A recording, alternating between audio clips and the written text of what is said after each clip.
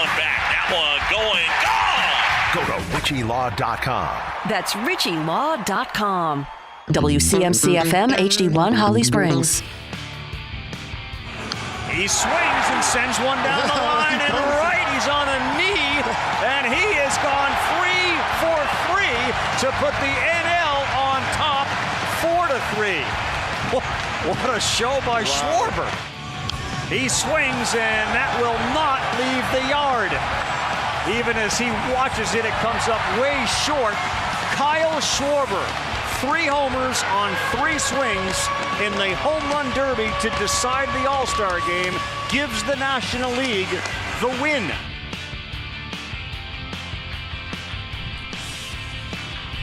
What up, everyone? It's the Adam Gold Show. What's going on? I'm Adam Gold. That is Victoria. The housekeeping will start us. You can watch us on YouTube. Apparently, a fair amount of people do. Almost 18,000. So that's good. YouTube, you can find that and then do a search for Adam Gold Show or 99.9 The Fan.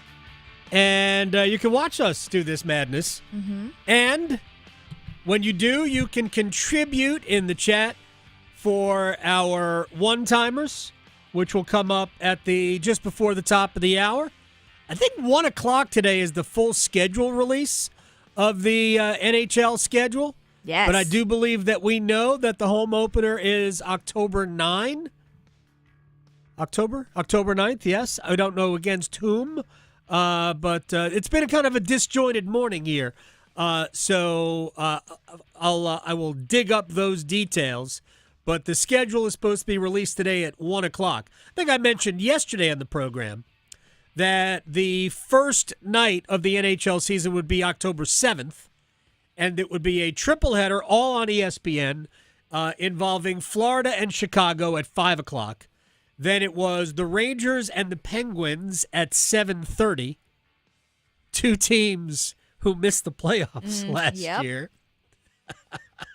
And then it would be the Avalanche at the Kings at, I believe, 10 o'clock, all on ESPN. That's the opening night of the season. Carolina gets underway night 3, apparently. October 9th is their home opener. And I know we're going to talk about this when we see the schedule. Of course, I haven't seen it yet. No. But I do know we already have one question for one-timers about it. Mm-hmm. So I am preparing my answer for that. That comes about between 12:45 and 12:50 when we get to that segment of the program. A number of things I want to get to today. We have the All-Star game last night. I want to talk about that. There is this Bill Belichick versus Robert Kraft story. Oh. So we're debating who took a bigger risk. Oh, my gosh. The Patriots or Bill Belichick? And the answer is, who cares? Who cares? Why? Right? I guess it's really summertime. But I want to address it because it is silly. Yeah. Should you cut your sandwiches diagonally or down the middle? I know that. It feels Why is it the silly conversations? Honestly, there's an answer to this. There's an answer to that question. Because first of all, as a kid, my mother would cut our sandwiches diagonally and then diagonally again into quarters. Oh, wow. Yes, so you the had little 4 pizza pies. 4 triangles. Yeah. And I think it was less crust that way. Oh. Or less crust okay. that gets in the way. Sure. Makes sense. Frankly, I hate the crust. Yeah. Anyway, what happened there? What just completely derailed the beginning of the show on that? It was meaningless topics, but that's fine. It's I go on with the guys in Charlotte every Tuesday, right? Yeah. And so we had probably 5 minutes of our conversation were about hot dogs and ketchup on hot dogs. Yeah, that was one of the one-timer questions when you were out on Monday. Someone had asked Tim and I if we liked ketchup on hot dogs, but in the question they didn't specifically say us. They just said, do you guys like ketchup on your hot dogs? I thought they were referring to us Right, and 'cause it came up. how you prefer mustard over ketchup. Right, because I'm an adult. Apparently, Right. Willie P is who they were referencing. Oh, really? So that's when I learned that Willie P also doesn't like ketchup on hot dogs. Yeah, I mean, look, whatever. I'm not going to get into the conversation again because it's becomes a time suck. So we're going to talk about this silliness about risk. We have the Open Championship starting in 11 hours, legitimately 11 hours, just after 1 o'clock Eastern time. I think it's 1:26 or something. The first group's off the first tee at Royal Portrush. Padraig Harrington will fire the first tee ball. We'll talk about the Open Championship. And we're actually going to talk about it pretty quickly because there's some Scotty Scheffler comments that people have fallen in deep love with that I want to address. And also, because we have to talk about some football, a great trend in the NFL. Oh, a new one? A great trend in the NFL, and I am excited for it. It's not the gritty? No, not Okay. not that. So, let's go. Let's get it started. Let's get it started in here. All right, first of all, the All-Star game last night. I know it's a little thing, but I think it's a big thing because sometimes the little things are the big things. Yes.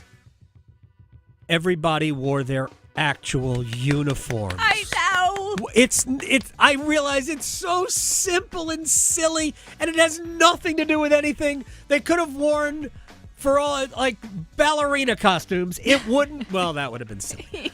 But it doesn't matter the uniforms they wear, except that it kind of does if you're a baseball fan. And the fact that all the National Leaguers were wearing their home uniforms and all the American Leaguers were wearing their road uniforms actually does matter. It didn't make the game better. It had no impact on the play. But so much of it is aesthetics anyway. So, polite golf clap to Major League Baseball Love it. for getting the All-Star Game attire right. Especially considering some of the crap that they've been masquerading in over the last several years. We thought the National League was just cruising. It was 2-0, and then Pete Alonso hit an opposite field 3-run homer to make it 5-0. I think, who was it? Corbin Carroll hit a solo home run later in the inning to make it 6-0. And then the American League just kind of clawed back, and it was 6-2, and then it was 6-4, and then boom, Yep. we're tied. Swing off. All right. I didn't know we were tied. I fell asleep. Sorry, I'm old. Right. So I fell asleep because, honestly, the outcome of the All-Star game, whatever. And it went late. Well, it was really late. They went to a... Swing off. they went to penalties. I'm all about it. Yep, me too. It's what they should have done in the home run derby. I have a question. I have a thought. So many people hate the imaginary runner, even though it's not imaginary. They put a runner on second base to start extra innings. What if we just went to, like we have in the NHL, we go to a shootout after a 5-minute 3-on-3 overtime? What if we played one inning of real baseball in the 10th? Or maybe we play one inning where we have it the way we have it, where you put a runner on second, whatever. And then at that point, we go to a home run shootout. Run. I like it. What if we did that? Seriously, what if we did that? I don't think there would be a lot of people opposed to that. I mean, we get an outcome because we have to have an outcome, and I get why we have to have an outcome. Yep. So why can't we do that? Everybody likes home runs. But whatever. Kyle Schwarber, he got MVP for that. I know. Don't care. I know. Don't care. So good for Kyle Schwarber. He did hit, 4 home runs, right? He got 3 out of 3 for sure. Oh, 3 out of 3? I don't know what it was. I was asleep, so I didn't see it. I saw the highlights of it this morning, and I wasn't entirely sure exactly what all happened. I had the wrong guy get a double. Pete Crow Armstrong, your guy, had a double I know. last night. It was cool to see Pete Alonso hit the 3-run home run. Right. My favorite part of the All-Star game continues to be when they mic up the players. Yeah. I know there are, old school people who hate it, but I don't see how you can hate that. The game carries zero meaning. It's an exhibition, and it is a celebration of the best players in the game. So I don't get any pushback, but I hear it from old heads. Mm-hmm. Like, why do we just play the game? Like, no, man, we're supposed to make it fun. Mm-hmm. And Clayton Kershaw was the best. So they get in there. Kershaw goes, hold on, I have to throw some cheese here.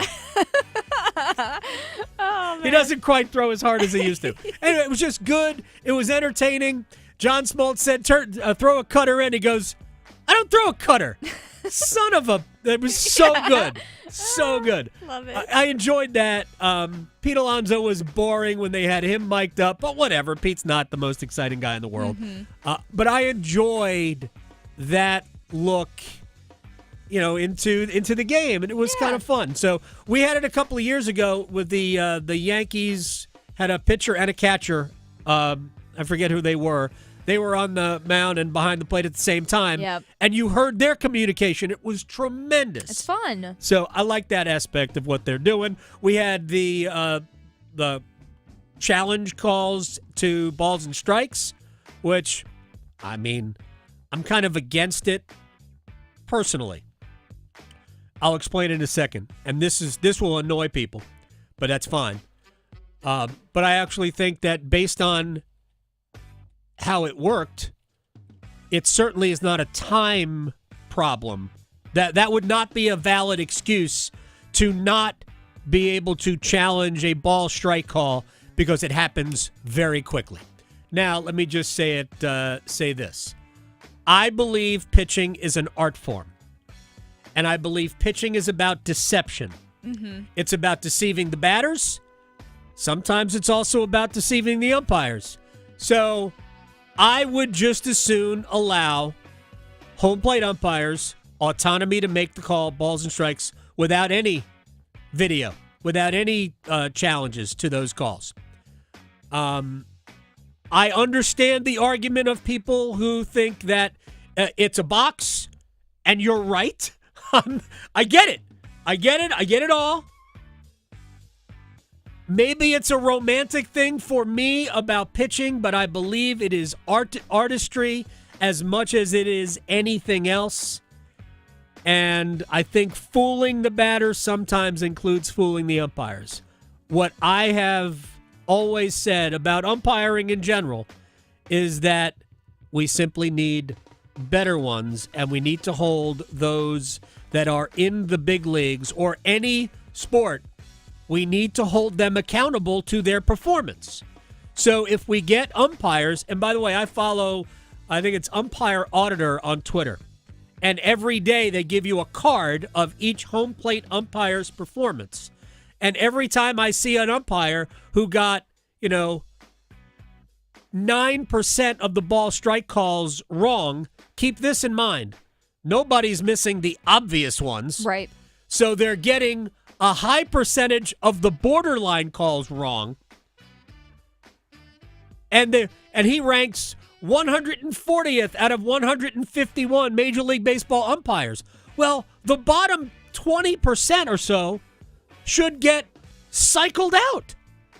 Why is that? It happens to players. Yeah. Right? Put pressure of performance on umpires. I don't think that should be controversial. No. Makes sense. Everybody's got a union. I get it. Umpires have unions. NBA referees have unions. NHL referees have... I get it. But at some point, the performance has to matter. Be held accountable. So that's... But I am against automated balls and strikes. Because, again, I think that I should be able to fool you. Right. Sorry, Mr. Umpire. Anyway, but let me just move on. I want to get to the Bill versus Bob.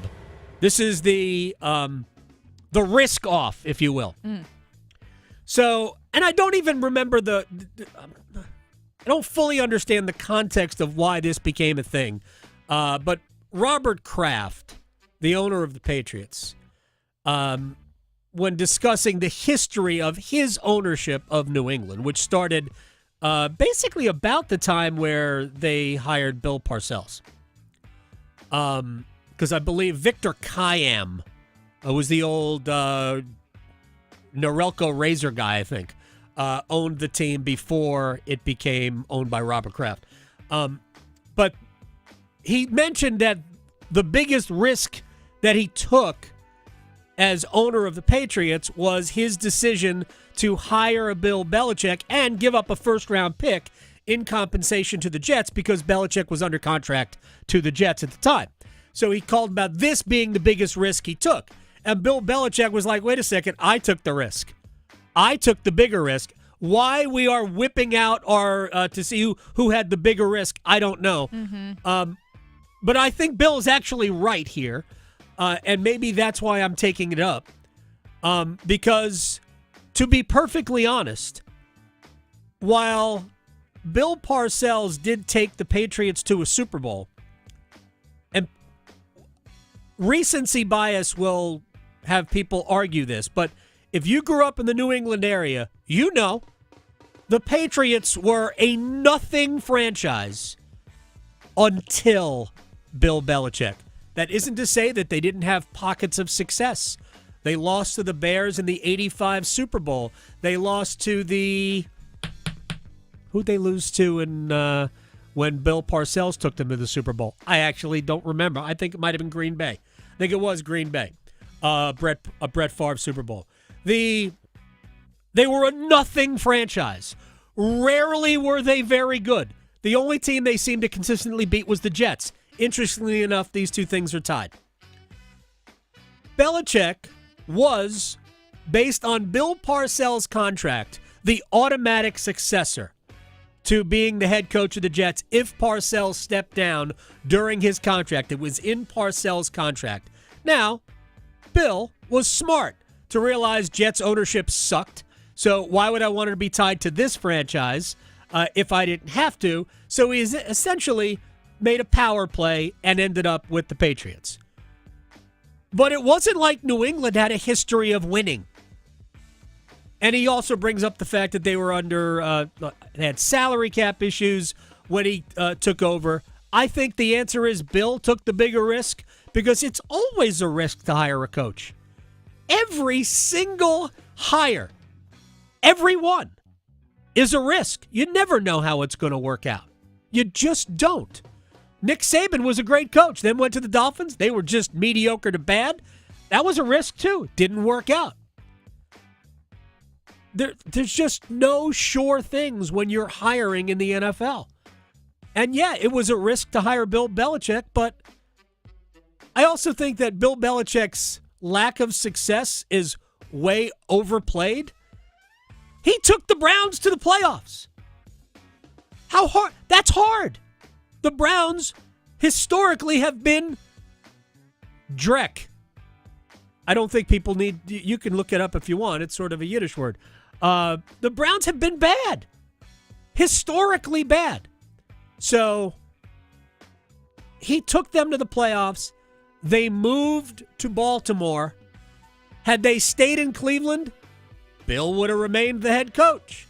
But they moved to Baltimore, and as the Ravens, they wanted a head coach with ties to Baltimore, so they brought back old Baltimore Colts coach Ted Marchibroda.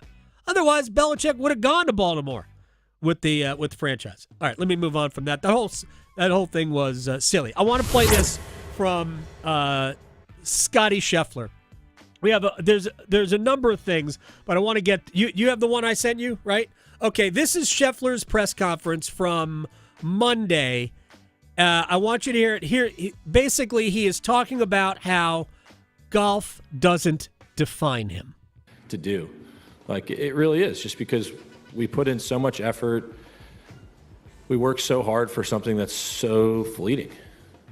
I mean, it really is. Like the feeling of winning just doesn't last that long. You know, when I sit back at the end of the year and, I kind of try to reflect on things, like having that sense of accomplishment from winning the Masters tournament, from winning the PGA Championship. I have a deep sense of gratitude and appreciation for it, but it's just hard to explain how it just doesn't satisfy, is how I would describe it. It's an unsatisfying venture. And so I guess what I'm trying to say is this is not the place to look for your satisfaction. This is something that's where you can have a great appreciation for and a great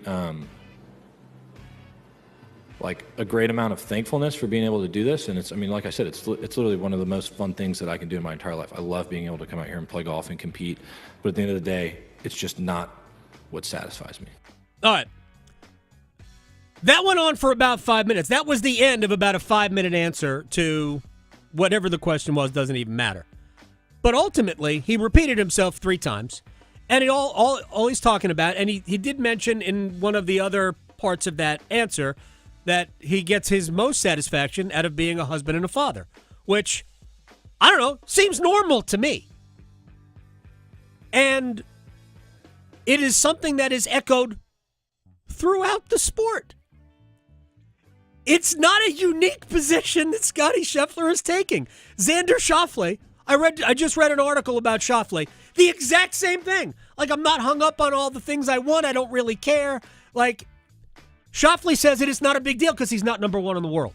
Or Rory McIlroy says essentially the same things, but it's not that big a deal because he's not number one in the world. I have reached the point. I like Scottie Scheffler. This is not about not liking Scottie Scheffler. He is an amazing player. He is a machine in terms of his ability to play good shot after good shot after good shot. He wins a ton. He's the biggest winner that we've got in professional golf today. But I have reached the point where every time Scottie says something or does something, people go, "That's the greatest thing we've ever seen." There is nothing that Scottie said in that clip. Nothing. And again, he articulated a point, I think, better than a lot of people would. There's nothing that he said there that is so earth-shattering to go, that's exactly what we're talking about. But Scottie said, look, I watched too much probably of the the featured group coverage during the year on ESPN Plus. And I kid you not, they were in there. Everything Scottie does, we love and we must talk about. Now, granted, they have too much time and they're only following 2 players. But they literally commented on Scheffler's clothing and how, see, he's just all about golf and playing the good shots. Even his clothes. He can't even be bothered by dressing flashy. And that became a narrative for like an hour. And I'm like, okay. Wow. We're done. Just because he's number one, smelling his own blanks, that's what I feel like we're doing here. I'm sorry, I had to get that off my chest. It's just the fawning over these things to me is like, I get it, he's number one in the world. And he did articulate it better than anybody else has articulated it. But yeah, I would hope that you are defined by more than just your golf. What I do here today, is the least important thing I do every day. I have to give you everything I've got, and Scottie's got to do that when he's practicing and playing, which he does. But when I go home, that's the most important thing I do every day. I do this so I can do that. Why is that? I have no idea why that's such a big deal. Yeah, it shouldn't be a new concept. Right. Now, I will say that Michael Jordan, Tiger Woods, Kobe Bryant, Tom Brady, sort of. I don't think he wants to admit it completely. Maybe earlier in his career. Those people are wired differently. And maybe that's why they have been such incredible competitive achievers. But there's a price. for that. And I think we can all see that they've paid prices, right? We've all seen it. And Scotty's just normal. And that's okay. And we're just, I don't know, the whole thing was just blown up to the point where I can't believe how many people are taking this and making it out to be the greatest thing they've ever seen. So that's all I got on that. We're going to come back on the other side. Tarun Sharma is going to join us. We will talk about NIL, the fact that we are this close from having a bill go to the House of Representatives for a full vote that will essentially make players or give players no rights. Yep, that's happening. All of that next. Making more sports sense than social media trolls. The Adam Gold Show on the North Carolina Sports Network. Hey, Tim Donnelly here with some great news. Win Your Weight in Meat is back on 99.9 The Fan. Text BEEF, B-E-E-F, to 919-860-5326 and enter to be one of our finalists. Through July 18th, we'll pick 10 people to come on air during the drive from 3 to 6, Monday through Friday, and share their weight. Then, on July 21st, we will randomly select one lucky winner, and they will score their weight in meat. Served up by our friends with the NC Beef Council. Beef. It's what's for dinner. Summer is in full swing, and I am so excited for everything that comes along with it. And I am not just talking about swimming and grilling out. I'm Victoria Vodenecker here from 99.9 The Fan for Law Tigers, and what I'm referencing is uncovering the motorcycle, getting friends together, and exploring new routes. Now, it's easy just to think about the fun that's about to be had, but it's also important to remember what to do in case of an accident. If you get into a wreck on your motorcycle that wasn't your fault, please remember to call my friends at Law Tigers first before calling your insurance company. At Law Tigers, they're riders too, so they know the value of your bike, your gear, the investment that you've made, and what it's like to go through an accident. The insurance company just wants to pay you the least amount, so at Law Tigers, case evaluations are always free, and you're not going to pay a dime until your case is settled. Call 1-800-LAW-TIGERS, North Carolina's motorcycle lawyers. Law Tigers is a network of independent law firms who are members of the American Association of Motorcycle Injury Lawyers. Law Tigers is not a law firm. It's bow time. Something new just dropped at Bojangles. Take the bold taste of a crispy golden chicken supreme that's been seasoned to perfection, then add dill pickles, Carolina Gold barbecue sauce, and a toasted bun that's great on the go. What do you get? You get a Bo's Bird Dog.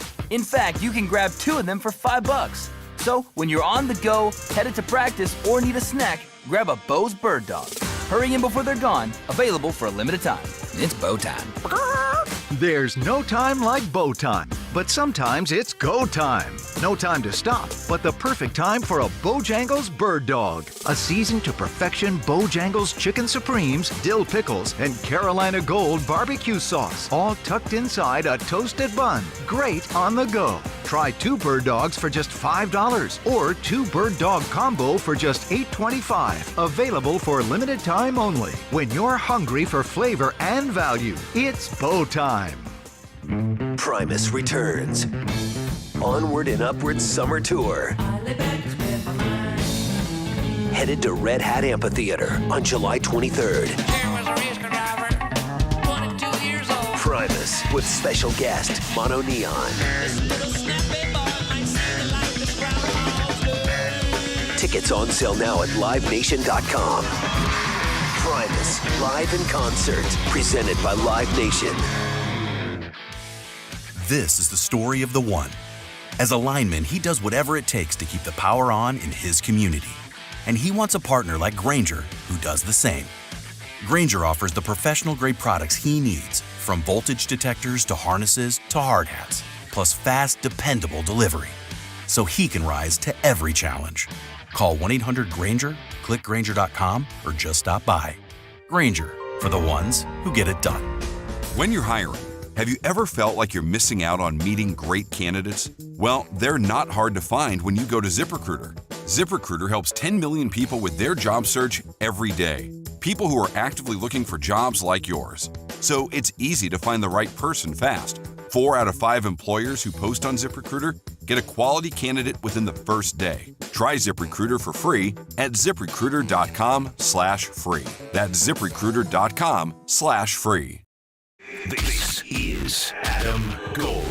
Soap attracts dirt, right? That's what soap does. It attracts dirt. Right now, Bill Belichick is soap. That's what he is. Yeah. He's soap. Yeah. He's attracting all this dirt. Or he's like an overripe banana and it's attracting all these gnats. The Adam Gold Show.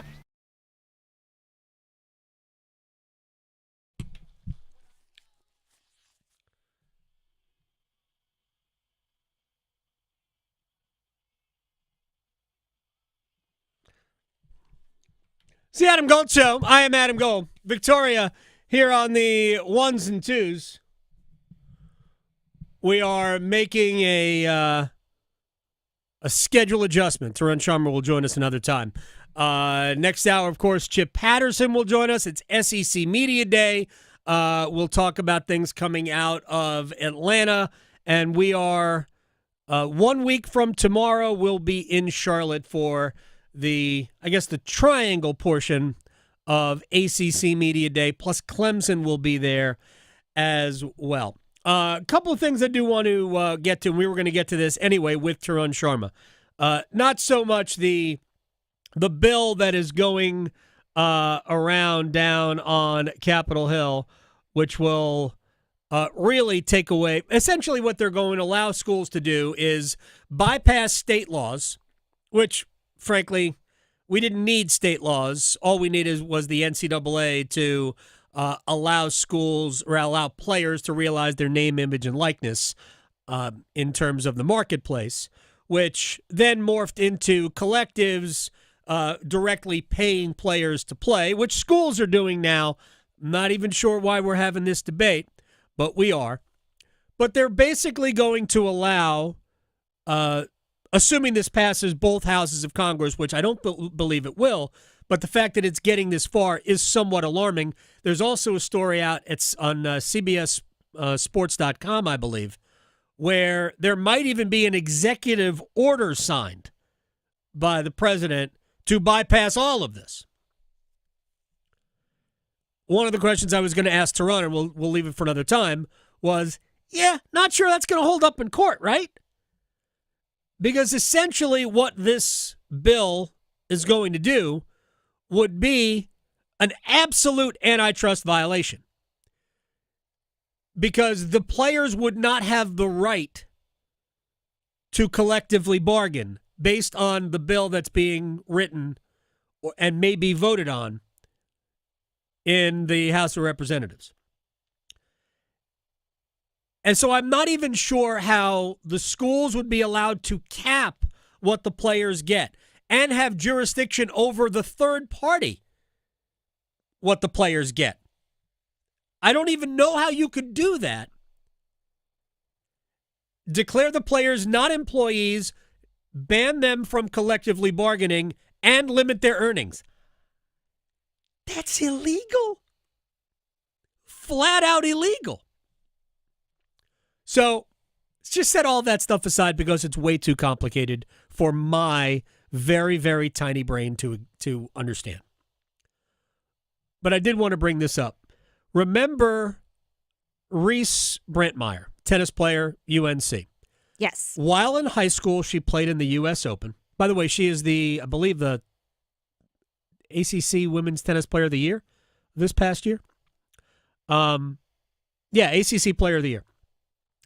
She earned $50,000 competing in the 2021 U.S. Open as a high school junior, but had to return almost all of that in order to maintain college eligibility at UNC when she entered 2 years later, which back then probably didn't seem like a big deal.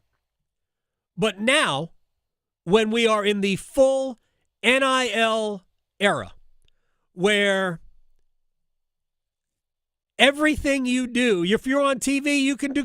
Cooper Flagg was doing New Balance commercials last year, which, by the way, would be outlawed in this bill. He couldn't do that because New Balance would be considered a competitor of Nike, Duke's a Nike school. He wouldn't be allowed to do that. Taking money, that he should be able to get, right? Dirty money. Right. He wouldn't be allowed to do that based on this bill. This is the dumbest thing. I don't think it'll pass, but the fact that it's gotten this far is alarming. So she has to return $40,000 of the $50,000 because there's a cap on how much athletes can earn through prize money, and that cap is at $10,000. So she had to return almost all of the roughly $50,000 she earned as a junior in high school. Here's my question. And Brett Meyer is supposed to play in the U.S. Open coming up, which starts in a month. A little bit more than a month. About 5 weeks from now. So if she plays in the U.S. Open, she can wear timeout chicken. She goes to Carolina. She can wear timeout chicken on her clothes. She can wear a visor that says top of the hill. She could have a Nike swoosh all over her and get paid by those companies because she's playing in the U.S. Open. You get paid. She could make $200,000 in endorsements simply for playing in the Open. But she is not allowed to take the prize money from the United States Tennis Association. That renders her ineligible. Well, she can take all but $10,000 of it. Somebody needs to make that make sense. You can't take the prize money, which is earned, but you can take all the endorsement money. If the USTA, who puts on the U.S. Open, if they wanted to pay her $100,000 to appear at a clinic the day before the U.S. Open for kids, that's okay. But she is not allowed to take prize money. This is a violation. Don't get into... I've already gone back and forth with a few people about differing parts of this argument. We are only saying this is only about NCAA eligibility. It isn't about eligibility for tournaments or anything else. It is only about NCAA eligibility. How does it matter how the money is received, how the money is culled for playing in the U.S. Open? How does it matter? How does it change whether or not the player should be ineligible? We have already crossed the Rubicon into you can earn money based on who you are as an athlete. We've already crossed over that. If we were still in the mode of you couldn't earn any money based on you being an athlete, I get it. But we've already crossed over it. Explain to me like I'm 5 how this differs. It doesn't. It doesn't matter how you get the money. But it's possible that she'd have to leave that money on the table. We went through this with Nick Dunlap, who is the golfer from Alabama, who won a tournament as an amateur. First, I believe, since Phil Mickelson, who did it in 1991 when he was at Arizona State, either 91 or 93. It doesn't really matter. But Nick Dunlap's a great golfer. He turned pro. There were other reasons for him for turning pro. But he couldn't take the money, $1 million it was for winning, because that would make him ineligible. Again, he had Adidas all over him. He didn't do that for free. He's already taken money. If we were going to say that the athlete, by playing in a pro event, gets advantages that other people wouldn't get, which we have never said before, because it's cool when a college kid plays in an event. Tiger Woods played in the LA Open. When he was 16, he was in high school. He played in the LA Open. First professional tournament he ever played in. He was 16, and it's well before the era of name, image, and likeness and all of that. Michaux Wee, did she win a major before she went to Stanford? She couldn't play at Stanford. Michaux Wee, one of the greatest women's golfers we've ever seen, was ineligible to play in college because she was already a pro. Okay, I get it, blah, blah, blah. That's before the era of NIL. Nick Dunlap had a choice to make. He could turn pro, take the money for winning the golf tournament, and then take all the other perks of being a golf professional, which he didn't have access to. Certain tournaments he would automatically get into, blah, blah, blah. But if he wanted to stay eligible to play at Alabama, he had to leave the money alone. We're already allowing these athletes to earn money. Why not? He doesn't have to declare pro, but he played in a pro event and he won it. He should be allowed to take the check and go back to school. This would only benefit school. So I need somebody to make that make sense for me. And here's what I promise. You can't. Because it doesn't. All right, we'll do one-timers when we come back. Anything you want to ask is fine. You can do it on the YouTubes. Go to YouTube, search Adam Gold Show or 99.9 The Fan, same place. Mm-hmm. You can also hit us up on Twitter at AGoldFan or at @V_2_the_Ictoria. That's me. And we already have one that's food related, so it doesn't even have to be sports related. Even better. One-timers is next. Questioning goalie interference calls since day one. The Adam Gold Show on the North Carolina Sports Network. The North Carolina Healthcare Association invites you to listen to this month's podcast, Conversations on the State of Healthcare. Each year, 3.6 million people in the U.S. delay or skip medical care altogether simply because they can't get to a healthcare provider. From long distances to unreliable public transit to the cost of a tank of gas, it all adds up. LaPonda Edmondson, president of the North Carolina Healthcare Foundation, joins me to talk about how their social impact program is making a difference in Robeson County. We're investing $900,000 over the course of 3 years in Robeson County. Our aim there is to be able to support these projects that address transportation as a social driver of health. You can learn more and join our latest Conversations on the State of Healthcare wherever you listen to your favorite podcasts, and learn more by visiting nchealthcare.org.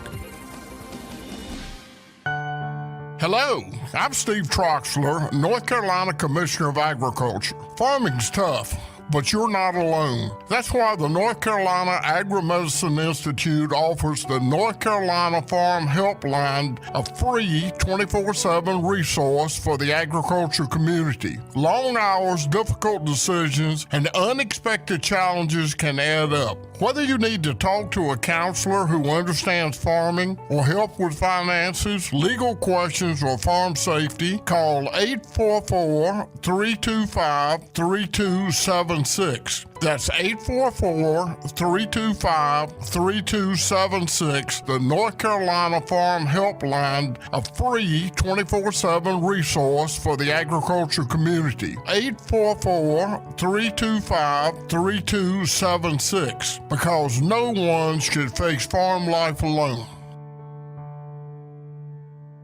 Ask any college student. If it wasn't for the last minute, lots of assignments wouldn't get done. So if you haven't figured out your plan for college and how to pay for it yet, don't worry, you've still got time. And with the next NC scholarship, you can still get money to pay for most or all of your tuition. To apply, just fill out your FAFSA and you could get $3,000 for community college or $5,000 for public university, and possibly more. See how easy it is to apply at nextncscholarship.org.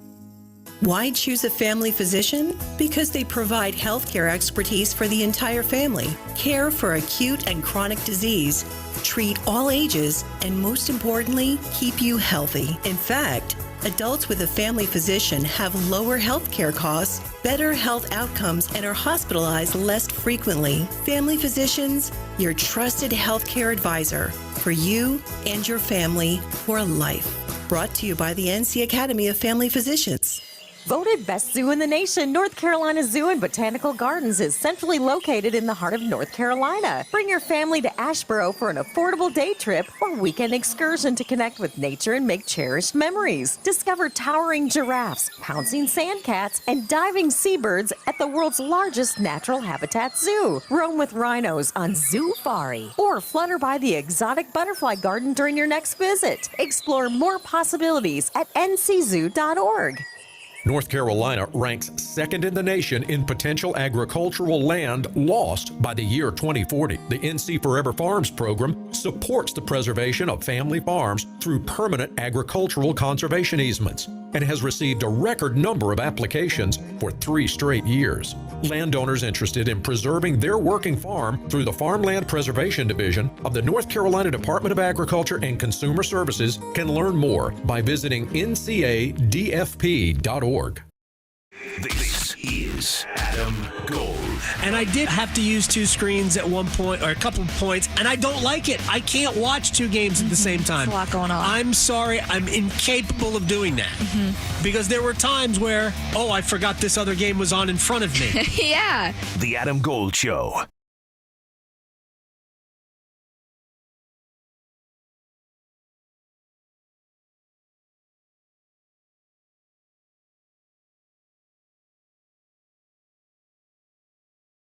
It's the Adam Gold Show. I am Adam Gold. Victoria on the 1s and 2s.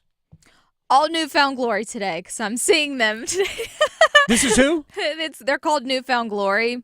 So that's the theme for today. Counting down the hours. This doesn't seem awful. No, well, that's not very nice, Mr. Gold. No, wait.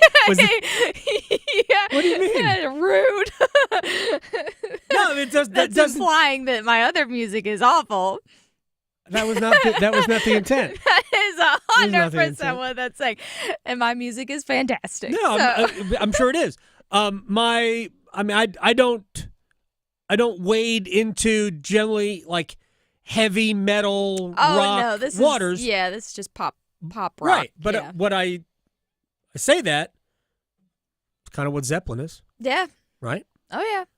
Especially when they first came out. Yeah, so I'm very much into Led Zeppelin. It's a new documentary on Netflix right now. With Zeppelin. It's very. I think I saw it in the theaters.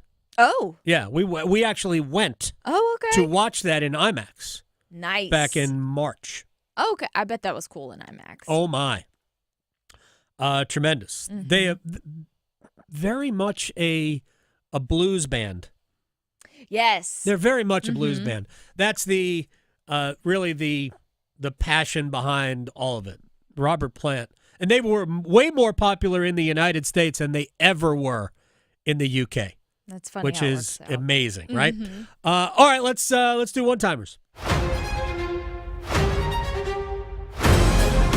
Okay, so first up, looking towards our YouTube stream, happy birthday, Chef Wolf. He was the first one today. So, what do y'all think about the new Charlotte FC jerseys inspired by the Carolina Lightning? Okay, I saw they're like a highlighter yellow with the teal, the turquoise Charlotte FC. I see. Charlotte, right? And they're cool. I like different. Yeah. I'm a big fan of different, and I don't know if they unveiled them today when they were also announcing that they would be hosting next year's Major League Soccer All-Star Game. We saw the hinting at this yesterday. I think it's cool. Think about where Charlotte was in terms of soccer, let's just say 10 years ago. Mm-hmm. It wasn't like they didn't like it. Like, Charlotte's a hotbed of youth soccer. And there are a bunch of youth soccer organizations in and around the city of Charlotte, to the point where in my son's league that he plays in, there were, I believe, 16 clubs that played in this past season, half of them were in and around Charlotte. Right? There was a couple in South Carolina, like further down in South Carolina, or like Augusta, or like North Georgia. But for the most part, it was Charlotte and Raleigh were the two places. So yeah, I think it's cool, and I love the fact that the All-Star game is coming to Charlotte next year. Yeah, I just looked it up. I mean, I think you could see them in the dark. It looks like they you could see them from space. Potentially glow in the dark. Yeah. So there you go. It's a good safety thing to wear. And now going to Twitter, because you and I were both added on the Twitter. This one from Justin. Happy NHL schedule release day. Anything specifically y'all look at when the schedule comes out? Well, I look for who the home opener's against, but we'll go beyond that. I look for how long the first road trip is. The State Fair road trip. Yeah. And I look, this is all selfish, by the way. I look for how many West Coast games we have and when they are. Mm-hmm. So best case scenario, and this actually happened last year, I think for the 3 games in California. Only one of them was a 10:30 or 10 o'clock start. The other 2 were afternoon games. It was a 4:30 game in LA and then an 8 o'clock Sunday game in Anaheim. So I'm like, we just played 3 games in California and I only had 1 midnight start. I'm like, yes. So I look for the length of road trips and also where those West Coast games fall. But my opinion is that we make way too big a deal over like when you play certain teams, everybody's good. They're all pros. Even the worst teams are good. Sneaky good. We don't want to give that credit. Even the worst teams are good. So it doesn't matter to me, Carolina's got this star. Oh, man, they play Tampa, Florida, the Avalanche in the first week. Like, no, I don't care. I don't care. So I don't care if you start the season with teams you think are great. Because, honestly, did the Rangers make the playoffs last year? No. Right. No. They weren't great. Mm-mm. So is that a harder game or an easier? You might think it's a harder game than something else than maybe playing the Sabres, but nah, man, you just don't know. Everybody's good. Yeah. Well, next up, Rodney was enjoying how we opened the show. CR random is funny. He said, Adam, what's your favorite type of bread? White, 100% wheat, rye, sourdough. Opening of the show was hilarious. And if you missed it, it's on YouTube. Favorite bread? Mm-hmm. Yeah, because we were talking. Right. So anyone who missed it, we were talking about cutting, whether straight down the middle, diagonal, or how your Mama Gold, would cut it in triangles. Triangles. Well, I don't like white bread. No? I want bread to have taste. Ever, though? Like a good soft white bread with pimento cheese? Woo! No. No. Like, now you can get jazzed up white bread, which my wife is more likely to buy than I am. Yeah. But nah, man, I like an oatmeal bread or something like that. I need some flavor in the bread. That's so. Yeah, I don't want it just to protect my hands from what's on the sandwich. Yeah, I need it to add something to the sandwich. Yeah. So there you go. I know. I like the Crazy Dave's bread. That's like healthy, but it's not as fun as just like white bread. But next up, this is back on the sports trail from Matthew. Either way. He wants to know, do you think the Canes make another roster move soon, or are they saving their $10 million in cap space to make a big change at the trade deadline? I think that the Eric Tulsky and company will, first of all, I think they're always looking. So I don't think they're waiting. I think they're, like right now, it doesn't seem like there's a lot going on in the market. So sit back. The team Carolina's got now is very good, will be a playoff team, barring, massive injuries or things like that. So there's no reason to do anything right now. I think they're going to address center from within.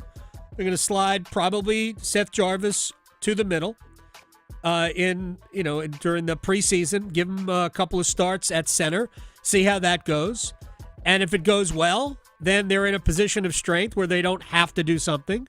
If it doesn't go well, then they'll address it. But I don't think there's any pressing need to do it right now. All right, last but not least, we've got one from Graham. He says he knows that you like Elias Lindholm for a 2-center spot. Seems like a good player and on a decent contract. Why won't the Canes go after him? Well, the Hurricanes disagree with both of those things. As an organization, they don't think Elias Lindholm is the player he used to be. I don't disagree with that. I still think he's a good player, but they don't like the contract. I think that in 2 years, that contract's not going to seem all that bad. All right, Chip Patterson joins us next hour. We'll reset next. Talking sports so you don't have to pretend to know stuff. The Adam Gold Show on the North Carolina Sports Network. Hi, it's Adam Gold from my friend Gordon Miller, Miller Lending, Kildare Farm Road and Cary, and I am here to save you thousands. Actually, here's how I do it. MillerLending.com. That's all you need to know to save thousands when you buy a home or when you're going to refinance your mortgage. There's a reason you're doing it. It's not for giggles. Maybe you've got a lot of equity in the house. You'd like to pull some out to do whatever you want. Maybe you want to buy a car. Maybe you want to buy a vacation home, in which case you're going to need another mortgage. So let's save thousands, not paying closing costs. Give ourselves the freedom to refinance free of charge when the rates come down, because if you pay closing costs, this is the bet you're making. The rates won't come down for another 8 years because that's the break-even point. No joke. Thousands of dollars in closing costs are required to get a mortgage, but not with Miller Lending. Miller Lending on Kildare Farm Road in Cary since 1996. And again, Gordon is the original no closing cost lender. Miller Lending, an equal housing lender, NMLS ID 250-2146. Black isn't just a color. It's the presence of infinite possibilities. It's the moment before everything changes. An invitation to something unforgettable. I won. Win up to $4 million with Carolina Black Premier from the North Carolina Education Lottery. Must be 18 to play. Approximate overall odds of winning are 1 in 4.18. Problem gambling helpline 877-718-5543. If you're 55 or older and into that whole saving money thing, T-Mobile has an exclusive phone and internet bundle just for you.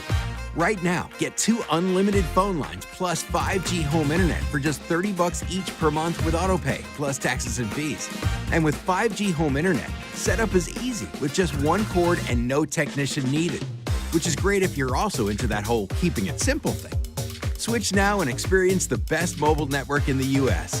Visit your local store to start saving. T-Mobile, it's better over here. Based on analysis by Ookla of speed test intelligence data Q4 2024 to Q1 2025. Ookla trademarks used under license. Unlimited on our network. Customers on voice plan may notice speeds lower than other customers and further reduction if using more than 50 gigs a month due to data prioritization. Video streams and SD on this plan. Home internet pricing after $20 a monthly bill credit plus $5 per line without autopay. Debit or bank account required. See 5G device coverage and access details at T-Mobile.com. New to the area? Let me be the first to welcome you. I'm Marcy Bailey of Bailey's Fine Jewelry. We've been family-owned and part of North Carolina since 1948. We have a tradition of being voted the best jewelry store with an unparalleled selection of designer jewelry, fine diamonds, engagement rings, watches, and gifts to commemorate all your special occasions. We look forward to sharing our award-winning service and stunning jewels with you. Visit us today in-store or at baileybox.com to see why every woman wants a Bailey box. At the V Foundation, V is for victory over cancer. V is for victory over giving up. Don't give up. Don't ever give up. Join our team in the fight against cancer at V.org. When you're hiring, have you ever felt like you're missing out on meeting great candidates? Well, they're not hard to find when you go to ZipRecruiter. ZipRecruiter helps 10 million people with their job search every day. People who are actively looking for jobs like yours.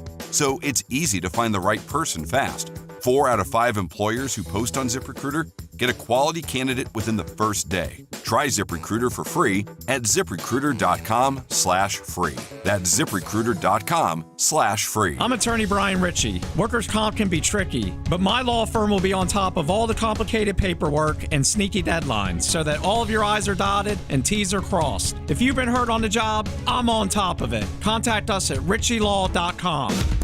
Broadcasting live from the Lenovo Studios. WCMC HD1 Holly Springs. 99.9 The Fan. The Triangle Sports Leader. The Big Ten continues to push for automatic qualifiers, guaranteed spots for different leagues, while the SEC coaches continue to say that they now support a 16-team model that would include the 5 highest-ranked conference champions and 11 at-large bids. But Sankey reiterated on Monday that it's okay. The Big Ten has a different view, and if they can't come to an agreement, it could just stay the way it is.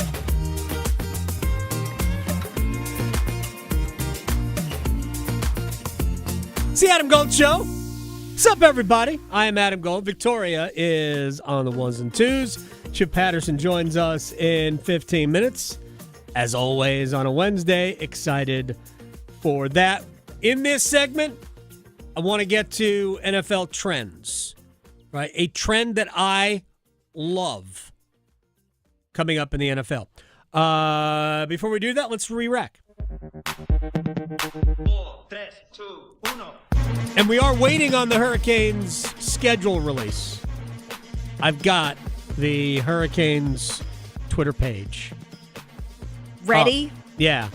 They tweeted out earlier today, a little video of the schedule is out. Whoa! Tweet out a video of somebody screaming out the window of a car. Are you going to the opener? I'll see you there. So I'm looking for the actual schedule. I have a story on the schedule. The Hurricanes will open the season at home for the 8th time. It doesn't take New Jersey Devils Thursday, October 9th. Oh, there we go. Get Ben the Stat Nerd in here. He's a big Devils guy. Mm-hmm. I think these are the 2 best teams in the Metro. They will fight it out for the Metropolitan Division. Yesterday was somebody in one-timers asked me who I think would make the playoffs for the Metro. Yes. And I said the Islanders 3rd. I want to give the Columbus Blue Jackets a shout there. Yeah. I think Columbus could end up having something to say about that. Mm-hmm. But I do think that the 3rd-place team in the Metro, there are probably 3 or 4 teams it could legitimately be. Yeah. Washington, the Rangers, the Islanders, Columbus, maybe Philly. But I think Carolina and New Jersey are the 2 best teams.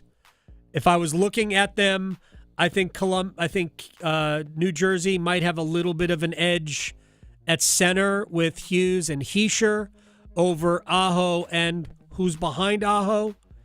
And I do think that there is a little bit more firepower offensively, but I think Carolina is just a better team than New Jersey, and I think Carolina's offense will be every bit as good as the Devils. But I think those are the 2 best teams. So that's very cool. They didn't release just the straight flat schedule. They have a story, so I'll have to read through it. So let me get to just a couple of quick thoughts about the Hurricanes, and then I want to get to the NFL trend. And because we have questions about second center and whatnot. For my money, Eric Tulsky and company do a great job in reading the market and not extending themselves beyond where they need to go. And I said this even before we got to free agency, before we got to the draft, that I felt that because of the way the market felt, with so many teams thinking that they were just one piece away from being a playoff team, with all the teams, all the theoretical good teams that didn't make the playoffs, that I felt that this was not the market at the current time for Carolina to go, full bore trying to get this and this and this. That Carolina would probably wait, and they wouldn't be players in free agency for the top of the at the top of the food chain. As it turned out, I was wrong about that because they went after Nick Ehlers and got him. And they decided they weren't going to get involved in the bidding war for a Rasmus Anderson at right defense or any of the other right defensemen. They didn't get involved with Evan Bouchard of Edmonton, other than possibly, if you believe this, to threaten Edmonton with an offer sheet. Of course, Carolina wasn't in any position because they didn't have the right draft picks to offer sheet Evan Bouchard. But it did cause Edmonton to act quickly, and Edmonton locked up Evan Bouchard. I guess Carolina could have always made a trade and reacquired their third-round pick I think they needed to get, because they have to have their own draft picks, not somebody else's. Anyway, my point is they decided they weren't going to get into a trade bidding war to bring in the players that they were interested in. They targeted some spots, some areas, K'Andre Miller one of them, and I thought they made some very good additions to the team. But they are not a finished product. The team that the Hurricanes right now put on paper is not going to challenge a healthy Florida Panthers. Now, if Florida ends up with injury problems, then the gap closes dramatically, because Florida will not have the means, really, to replace. They're probably going to need long-term injured reserve just to start the season, the Florida Panthers. So I think Carolina will wait for the right time to address whatever needs. In the meantime, I think they're going to try to get better from within, which is what I've always said. Your best chances to make a significant step forward will always come from improving areas of your team with players on your team. So, Sebastian Aho has a little bit better offensive season because last year was a little bit of a down offensive season. He gets back to doing what he normally does, a little bit more than a point a game. Andrei Svechnikov becomes a 65-point-per-year scorer again. Seth Jarvis takes another step. We think that he's going to move to the middle. And they get a little bit more offense from the blue line, which they really didn't get last year. And it's been something that has been a staple of them, of their offense over the years. They just get a little bit better at a few spots. You'll have a whole year of Logan Stankoven, too. Then I think Carolina will improve enough, but it's still not going to close the gap with Florida unless they bring in additional pieces. But we got a long time for that. Season doesn't start till October 9th at home against the New Jersey Devils. Yep. And the trade deadline will happen after the Olympics. But I think any additions that Carolina makes to the team will likely happen well before then. Because I think well before then, there will be a number of teams that realize, yeah, we're not there. Maybe we need to reset this. So I think Eric Tulsky will wait. All right, I want to get to the trend that I am really enjoying in the National Football League, and it's a little bit of a throwback trend. Oh. Yes. The Tampa Bay Buccaneers are probably going to, more than a few times this year, go back to the creamsicle uniforms. Oh, really? I think it's one of the best looks in the history of the NFL. And here's what's really cool. I like the fact that the Chargers have, for the most part, the Chargers have unveiled an all-yellow uniform, which, okay, whatever. The Chargers have great uniforms when they wear the powder blue and the gold pants, right? I'd like to see it be a little bit more old school and be in a muted yellow. I like when the Rams wear their, old school uniforms. Yeah. I like it when the Patriots are with the Pat Patriot on the helmet, the white helmet, as opposed to the silver. You know, one of the worst ones The Steelers. They're old school throwbacks. They look like bumblebees. Yeah, when they're going back to the 50s, 40s. Yeah, you're right about that. Those, we don't need that. No. But the Buccaneers, when they switched from the creamsicle, the orange uniforms, to what they have now, actually went from one of the best uniforms in the NFL to easily the worst. I think they have horrible uniforms. They have won 2 Super Bowls in them, so far be it from me to mess with the streak, I guess.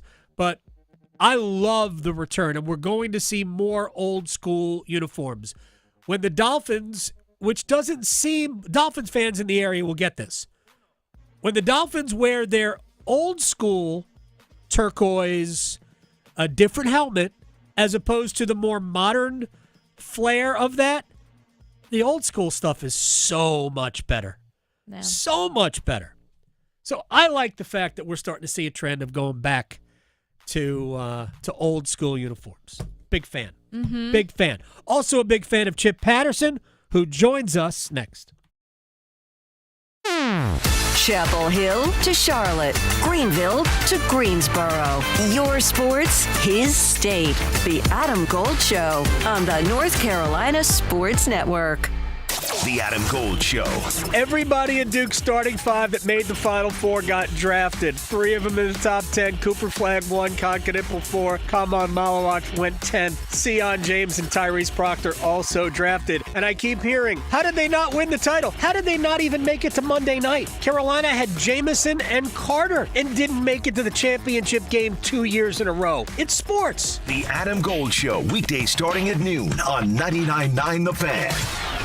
Adam Gold here from my friends at X Golf in Cary, North Carolina's premier indoor golf experience, and I have a great idea. Beat the summer heat and get your golf on at the same time. Grab your foursome, even a sixsome, and head over to the X Golf in McGregor Village Shopping Center. Take advantage of my special buy one, get one free deal. Buy an hour, get the second hour free. Just mention Gold and enjoy. Heck, it's already less expensive than your regular course, and it's not 100 degrees and humid. X Golf in Cary, the home of premier indoor golf in North Carolina.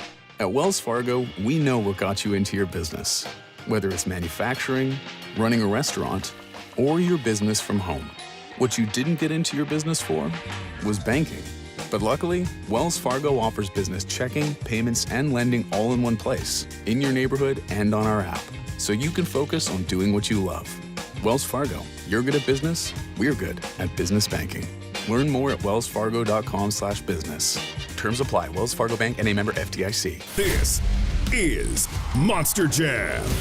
Witness big air, two-wheel skills, backflips, and all-out racing. Monster Jam, as big as it gets. Brought to you by the Original Super Glue. Buy qualifying Original Super Glue products and save $10 per ticket. Offer available at participating town and country hardware stores. See stores for details. Coming to Lenovo Center July 26th and 27th. Stitches, itches, aches, and pains. Strep and sinus, minor sprains. Pink eye, earaches, fever, flu. Virtual visits, physicals too. At WakeMed MyCare 365, we offer both walk-in primary care and urgent care. So find the MyCare location nearest you at wakemed.org. Walk right in, and for just about anything from asthma, rashes, and examinations to x-rays, labs, and vaccinations, make MyCare your care. Drivers who switch and save with Progressive could save hundreds. With that kind of money, you could go big time on a fancy water bottle with ultra titanium alloy metal. You're not sure why you need all that. I mean, it just holds water. But you're getting it anyway, because if you're hiking near an active volcano and you accidentally drop the bottle into molten lava, your water will still be icy cold. Switch to Progressive and you could save big time for water bottles. Progressive Casualty Insurance Company and affiliates, not available in all states. Potential savings will vary. That's the sound of a Mountain Dew. And that's you enjoying its refreshing citrus kick. That's a cool breeze suddenly whistling through your hair. Whoa! That's you realizing you're now on a mountain. This is epic! That's you stating the obvious. Mountain Dew! Do the Dew. Hurry into Family Fare and get 2 20-ounce bottles of ice-cold Mountain Dew for just $4.29. Family Fare, first in thirst.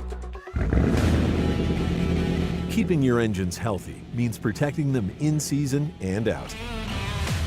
Experts trust Stable to do that. And third-party testing confirms it. Stable is the industry leader in preventing fuel-related issues, no matter if you use it in your car, boat, or outdoor power equipment. In season or out, at every fill-up or when you store, start with Stable. This is Adam Gold. 80-second mark, I scream in the booth. I screamed in the booth. Why the heck is he still on the ice? Did you say it in Finnish? I should have. Yes. No, he wouldn't. He curses in English. He does. All right, 2 seconds later, he scored. Yes. And I went, oh, that's why. That's what. The Adam Gold Show.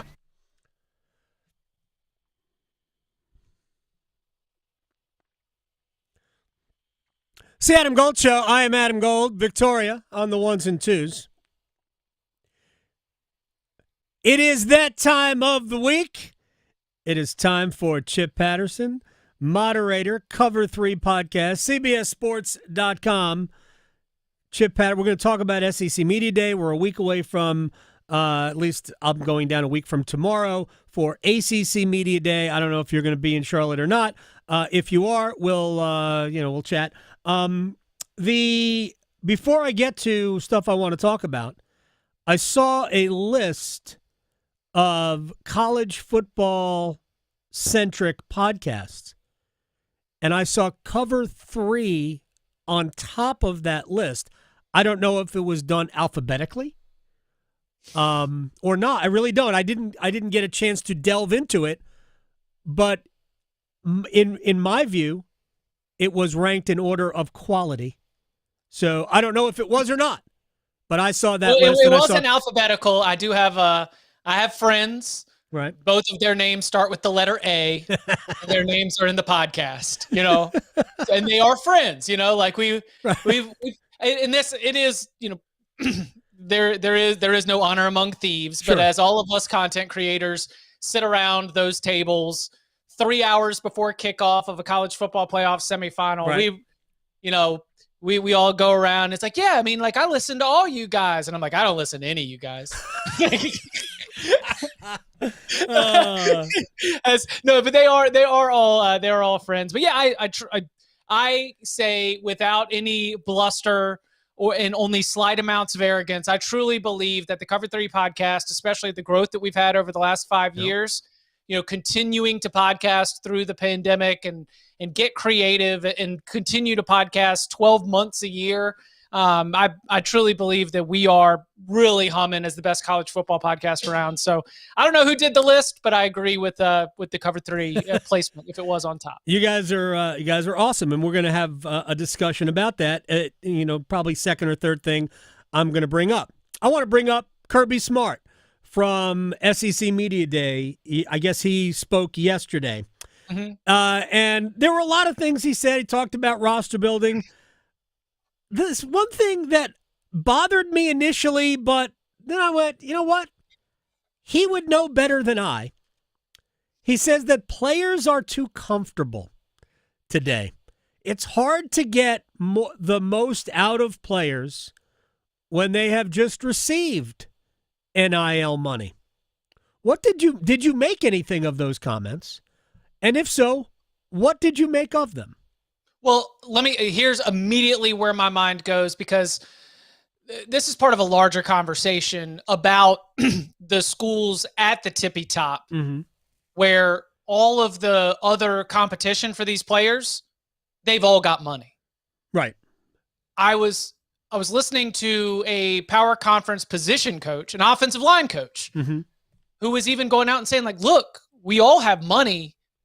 Relationships still matter. There's a cynical, nihilistic view of the NIL era that's like, well, it's just all about the paychecks. And what we are hearing from coaches is that the players who are only chasing money, those aren't going to be the kind of players that help you win championships. Right. Those are not going to be good teammates in the locker room. Those are not going to be, and this was an offensive line coach, like, where do you need more pick your brother up than on the offensive line? And so relationships still matter and maybe matter even more. Figuring out what makes a guy tick has always mattered and might matter even more. And so when Kirby Smart was talking about, if you're all about the money, we don't want you, he's right. Because Georgia's not in the go 9-3. Right. With who's this is not about Mike Elko, who you and I both love, but Texas A&M has had talent forever. Texas, as they were going 8-4 forever with 5-star talent, didn't quite have it. Now Steve Sarkisian, he's been to the college football playoff semifinals, the Final Four 2 years in a row. He's knocking on the door because he's not just getting the same kind of 4 or 5-star talent, but he's getting the right kind of 4 stars and 5 stars. But what you just pointed out about the Kirby Smart thing takes me back to a comment that I heard from Marlon Humphrey, former Alabama Crimson Tide defensive back, plays, I believe, for the Ravens, right? Yep. Okay. Marlon Humphrey was telling a story to Kevin Clark, excellent, like top-notch, good friends, top-notch NFL podcaster, reporter, analyst. And Marlon Humphrey essentially described, without too much violence, the self-policing that happened inside of the Alabama locker room, particularly on the defensive side of the ball. And who was the defensive coordinator for some of those Alabama defenses? Kirby Smart. Kirby Smart. Right. Kirby Smart has looked in the locker room when he's had a Reuben Foster. When he's had these players who are just fundamentally wired differently and trying to bring everybody up, and they do have that hunger and they do have that edge. And so for Kirby Smart, he's like, yeah, I know what it takes to win a national championship because I can stock the roster with 4 stars and 5 stars all day, but getting them to perform at the level that is required to win national championships does require you to be uncomfortable. Maybe your teammates need to make you uncomfortable. Maybe your coaches need to make you uncomfortable, but that is the only way you're going to get better. How about Yannick Sinner looking across at Carlos Alcaraz and thanking him for the player that he is? Yannick Sinner will never, ever be able to reach the levels that he can get to if he didn't have someone like Carlos Alcaraz in a pure iron sharpens iron scenario. So the discomfort that is required to truly be elite in sport, I think that that's sort of what Kirby Smart is touching on. Now, specifically to Georgia, for the dogs out there, I know there are some across this great state of North Carolina. Sure. I think it's really fun to look at this Georgia team, hear what Kirby's saying, and think that they just need to show that. 54% of this team is first or second year players. They're all 6'5", 330 pounds. They all look fantastic getting off the bus. But what he's detailing for you is sort of what the outlook is. Like, there are a lot of players that are showing up. They are well compensated and they are more comfortable than they have ever been. And the challenge for these well compensated coaches who deserve a challenge is to be able to create an environment that brings out the best. Chip Patterson, as always, on a Wednesday. First of all, appreciate you bringing Wimbledon into this. You left out that Yannick Sinner also performance-enhancing drugs didn't hurt. The suspension was conveniently placed in between the Australian and the French. Look, I don't love our double doper winners between Iga and Yannick, okay? No, I do not. I'm not a big fan of that. But I did find in the it was an accident. It's an accident. Listen, it was a spray by a masseuse. Yeah. Don't worry, I've fired the masseuse. And look, honestly, with all the massage drama that we've had in the National Football League, give me steroids all day, okay? All right, we'll just leave that aside. Right. Here's the thing about what Kirby – two things about what Kirby said. Because when I thought about it, my first reaction was, as you could expect because I am this way, shut up, you entitled coach. These kids can finally get their money. But when I thought about it more, I did realize that he does look at his locker room and say, okay, he might really just be talking about 1 or 2 players – or position group, right. Yes. And he's really just making these statements, getting to them through the media to get his locker room to take care of this because they will know when the athletes know when they're not, when their teammate isn't giving what they're giving. So to me, this is more of a statement through the media to them rather than deliver it to them directly. If he has to do that, he will. I also think, and I thought about this even more because I have a long drive home, is that it's sort of to me, it's this is what's going on throughout all sports. And it manifests itself, maybe it's in a bowl game, maybe it's an all-star game where, man, we have achieved all this. This stuff here is just, this doesn't matter. So some of the things matter less as you earn more and more money based on the sport. Like the all-star game appearances, like Juan Soto for the Mets missed out on an all-star appearance and a $100,000 bonus that he would have received for being an all-star. I don't think he misses that when he makes $40 million a year. So it's not as big a deal. But if you go back 20 years when when people weren't making that, then the $25,000 that you make, probably a lot more than 20 years, by the way. You go back to the mid 80s when guys weren't making, $25 million a year, then those things mattered a lot more, and it just created maybe more hunger. But I ultimately understood where Kirby Smart was coming from. Let me just ask specifically about Georgia. Are they one of those? Are they a national championship? Maybe we got 4 or 5 of the really top echelon teams. Are they one of those 4 or 5 this year?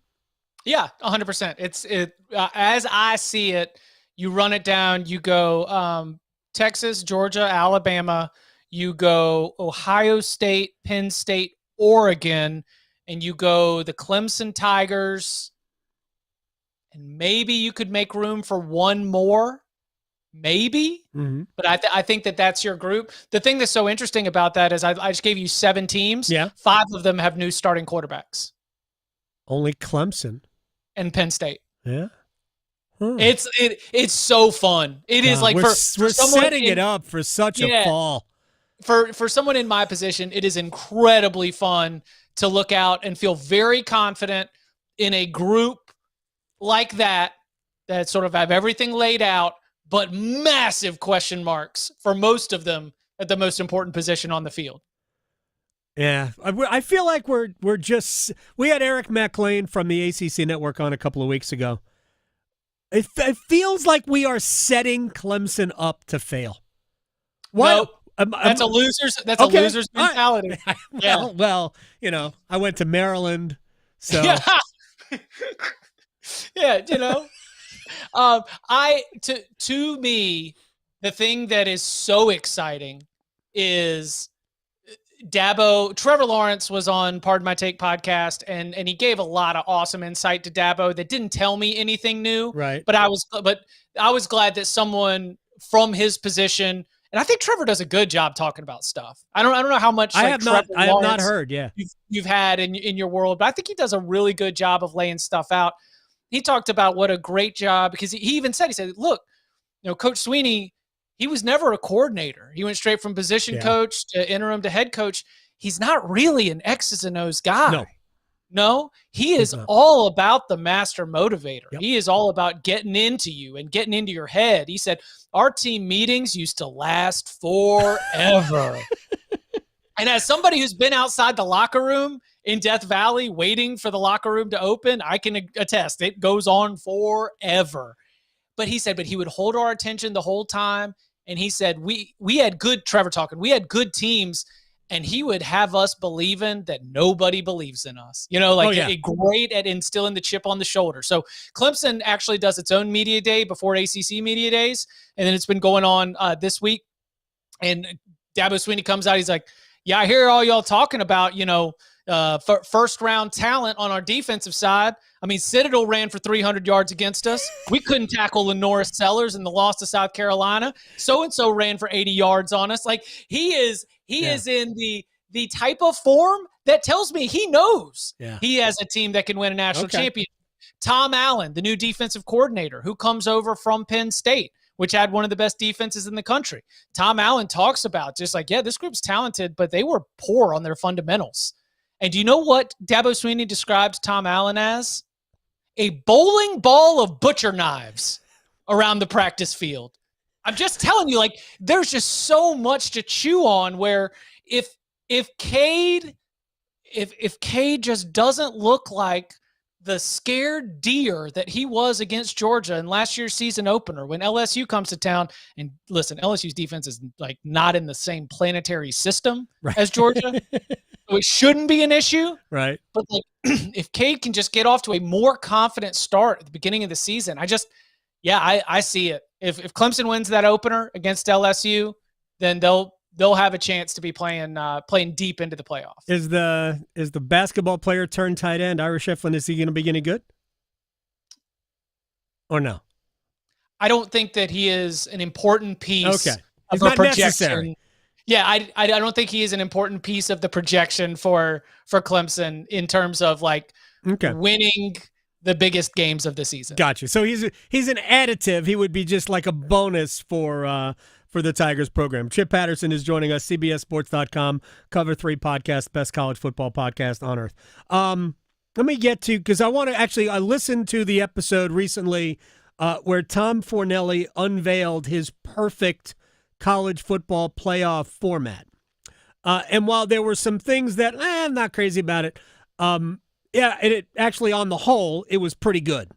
And I dug the fact that he put a cap, which will no conferences. I think the Big Ten might do it, and maybe the ACC or the SEC might, or the Big 12 would agree to that. But so I want to direct people to that episode, which was, I believe, late last week. If I'm not mistaken. I thought it was fascinating. I loved it. And I love the fact that you guys started with it, so I didn't have to wait like 30 minutes in. Right. But I didn't. I thought that was an outstanding episode, so Cover 3.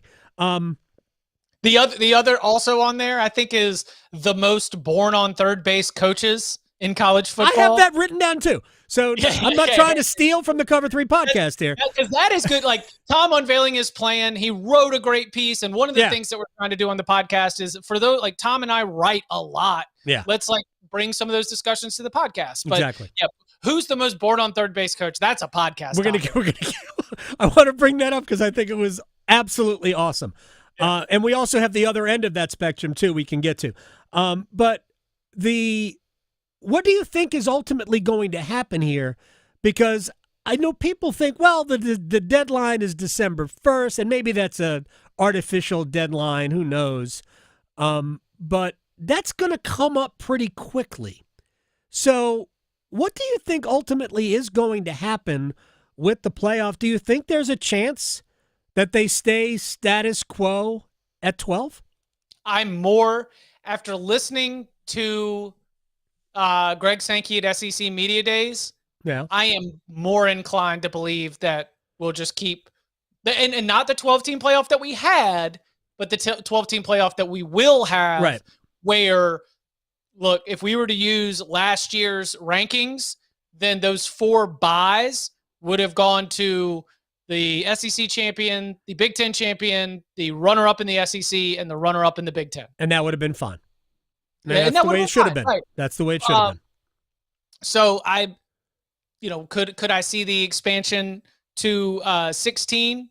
Then yes, certainly. But I am very, very hesitant to believe that something as something like the 4-4-2-2-1-1 or 4-4-2-2-1-3. Right. I think that those are seeming less and less likely, and that the what did Cranky Greg came out. All right. Cranky Greg came out. Look, you know how my feeling about Greg Sankey is that he doesn't care about the ecosystem of college football. And it's not his job to care, right? It isn't his job to. It's his job as the commissioner of the SEC to care about the SEC. Same with Tony Petitti at in the Big Ten. And I don't begrudge either of them. I think what Tony Petitti wants is hysterically bad. And I'm surprised that, and I'm actually, now that the SEC is publicly on 5+11, That's where they're not anywhere. That's the they're all over the place at times. They're all over the place, and so Greg said, he got Brett Yormark comes out week 1. We're doubling down. Cranky Greg. Well, double down. It's a gambling term. I think we've got the best hand. Whatever. Well, I mean, they do in terms of the best football. I'm not even arguing that. No. They have the best hand, and that they do make it. That was the other thing. Is he's like, I don't care what the Big 12 commissioner says, because the Big 12 commissioner doesn't get to say what the playoff is. That's the problem I have with this system, and Greg Sankey actually said it the other day, where he goes, ultimately, according to the memorandum of understanding, we get to decide what happens. SEC and the Big Ten can determine what happens. I think that's fundamentally screwed. I think that is awful for the sport. But everybody else agreed to it. That was the only way they signed the contract. It's 100% about power. All right, we only have 5 minutes left here. It's the Open Championship. It starts soon. It starts actually 12 hours from right now. Padraig Harrington will fire the first tee ball. Do we have Chipolytics? So here's my loose buy list, okay? And this is one of those, like, whether you're in the matchups, whether you're into the pool play. Yeah. So some of these I tend to not take obviously I'm not taking everybody to go out there and win it, but at least you find the appropriate price, you find the appropriate prop. My buy list is, get ready. Yeah. John Rahm, Xander Schauffele, Victor Hovland. Yeah, I like Hovland. Okay. Plus 3,000 to win, Victor Hovland. It would not be a ticket I hate. Russell Henley. Okay. Harry Hall. Harry Hall has been on the leaderboard a lot lately, but I think he kind of faded at the Scottish. It's all about the placement. And then Marco Pinge. He was very good. Very good. And so my sells, I'm selling Scotty. Yeah, me too. Little low energy. I didn't. We don't need to spend 5 minutes talking about his 5-minute soliloquy. But I just, I've already ranted about that. Basically, Scotty just said, "Yeah, golf doesn't define me." Great, it shouldn't, and for 99% of the players on tour, it doesn't define them either. And because he articulated it beautifully, the golf media has fawned over that like he solved cold fusion. No, he brought his baby out after he won the PGA, and now we're obsessed with his family. All right. So listen, the same way that we've known about Charlie forever, now we're gonna know again about Scotty's kid forever.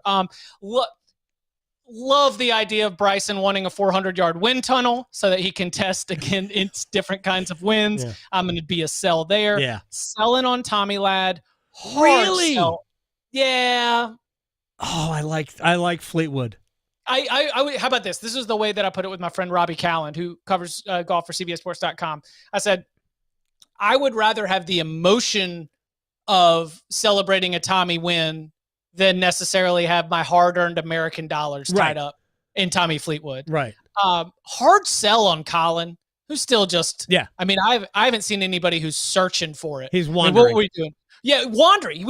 He's hitting approach shots with no gloves. He's switching out. We're on caddy number 3 of the last 6 months. I mean, it's just, oh my gosh. And then I'm out on Ludwig. I think that I have him as a top 10. Yeah, all of the talent to win. He's going to make a triple bogey somewhere. He lights himself on fire like it's a historic protest. I mean, it's just like what I'm talking. I mean, we don't need to detail all the politics of the moment, but one of the most famous images of all time. Like that's what happens in my head when I see Ludwig. He's like birdie, birdie, triple bogey, bogey. I mean, just no one loves. Boom, boom, boom. Yeah, no one loves to hand back everything that you've just got. He was right there on Saturday. He went bogey, triple bogey. I'm like, what just happened here, Ludwig? Did you watch? Okay, so it's 13. 13 water on the right. First one goes into that thicket. They don't even find it. But his provisional is yanked left too. Dude. He didn't even hit a good provisional. And then he made a mess from there. It was a complete mess. It was awful. Checked out. it does not seem right now. And maybe, there was a point in Jon Rahm's career where he was just so aggressive and so good, but then he would just get a bad lie, or he'd fly it into the bushes and lose his cool and check out for a hole or two. I don't think Ludwig at all has the personality or the fire of Rahm, but that's what's given me hope that eventually it'll click, because at some point Rahm figured out how to sort of put some governor on the engine and be able to figure out when to hit the gas and the brakes. All right. I do like Fleetwood. I don't know if I'd wager on him. I think I might pick him the top 10 because he does have a problem finishing the deal. We saw that a couple of weeks ago in Connecticut. I like Hovland to possibly win his first major. I like Tyrrell Hatton. Not a bad bet. I like Bobby McIntyre, who I know didn't play well last week, but I believe is going to be a major champion. I like the fact that he flights the ball low. He's a good putter. I like Matt Fitzpatrick, who seems to have rediscovered his game. He's playing well. He bottomed out. He did. He this summer, it feels like around May, maybe around the PGA. Did he play well at the PGA Championship? I want to say that he was almost the winner, in a playoff at Oakmont. Let's see. Fitzpatrick truly bottomed out. I was on McIntyre, yeah. Fitzpatrick has started to play well right now. I thought he was great this past week well. He was T8 at the PGA Championship. No missed cuts since the start of May. Yeah, he was in a bad place, but now things are starting to come together for him. I like Justin Rose. I don't know if he can win. I think he'll give himself a chance. But, I don't think we can discount anybody who played the final round he played at the Masters. And, frankly, if Rory doesn't stuff it in, we might have been watching Justin Rose win his second major of his career. I still think Rose is good enough to win there. And I like Adam Scott, although maybe not to win. And actually, we talked to Jason Sobel yesterday, and he suggested a Rose-Adam Scott top 20 parlay, which would give you good value as well. But I like Justin Thomas to play well at least one day, but not good enough to win. That's good. Yeah. What an odd major championship history, Justin Thomas. It's very weird. He's too good a player to really not have just. It's not even just two majors. It's not even just two majors. It's not a lot of good finishes. I know. That's just the weirdest. Not sniffing it at most of the other championships. And frankly, he needed players to fall apart in front of him to win both of those other majors. It was probably a major that Hideki Matsuyama should have won in Charlotte, or maybe even Kevin Kisner in Charlotte. And I don't even remember the players that were ahead of him on the leaderboard. He was like 9 shots back in the final round at one point before rallying to win at Southern Hills. What was it, 2021? 22? No. Mito Pereira was right there. Mito! Okay, so Zalatoris was there, Mito was there, and he was way back. That's look, great on him. I know that he was fighting through some allergies and sickness and stuff thanks to Full Swing, but if you want to talk about, I've found myself here in this spot contending for a title, who's my competition? Mito Pereira and Will Zalatoris. All right, real quick. I just don't think Justin Thomas was intimidated. Give me your winner, Chip. Jon Rahm. Jon Rahm. Yeah. I will take the lad from Hollywood. I think Rory's in a good spot. I think Rory wins. We'll see. All right, man. I'll see you in Charlotte. All right. No. You're not going down. Oh, you're going to the Big Ten. Big Ten Media Days in Las Vegas. I'll talk to you later. I'm gonna be out of commission for about a week. I'll talk to you in a month. Chip Patterson, CBSSports.com, Cover 3 podcast moderator. All right, we'll come back. We'll stretch and place bets next. From the heels, touchdown Carolina, to the canes. She scores! He covers it all. The Adam Gold Show on the North Carolina Sports Network. The North Carolina Healthcare Association invites you to listen to this month's podcast, Conversations on the State of Healthcare. Each year, 3.6 million people in the U.S. delay or skip medical care altogether simply because they can't get to a healthcare provider. From long distances to unreliable public transit to the cost of a tank of gas, it all adds up. LaPonda Edmondson, president of the North Carolina Healthcare Foundation, joins me to talk about how their social impact program is making a difference in Robeson County. We're investing $900,000 over the course of 3 years in Robeson County. Our aim there is to be able to support these projects that address transportation as a social driver of health. You can learn more and join our latest Conversations on the State of Healthcare wherever you listen to your favorite podcasts, and learn more by visiting nchealthcare.org.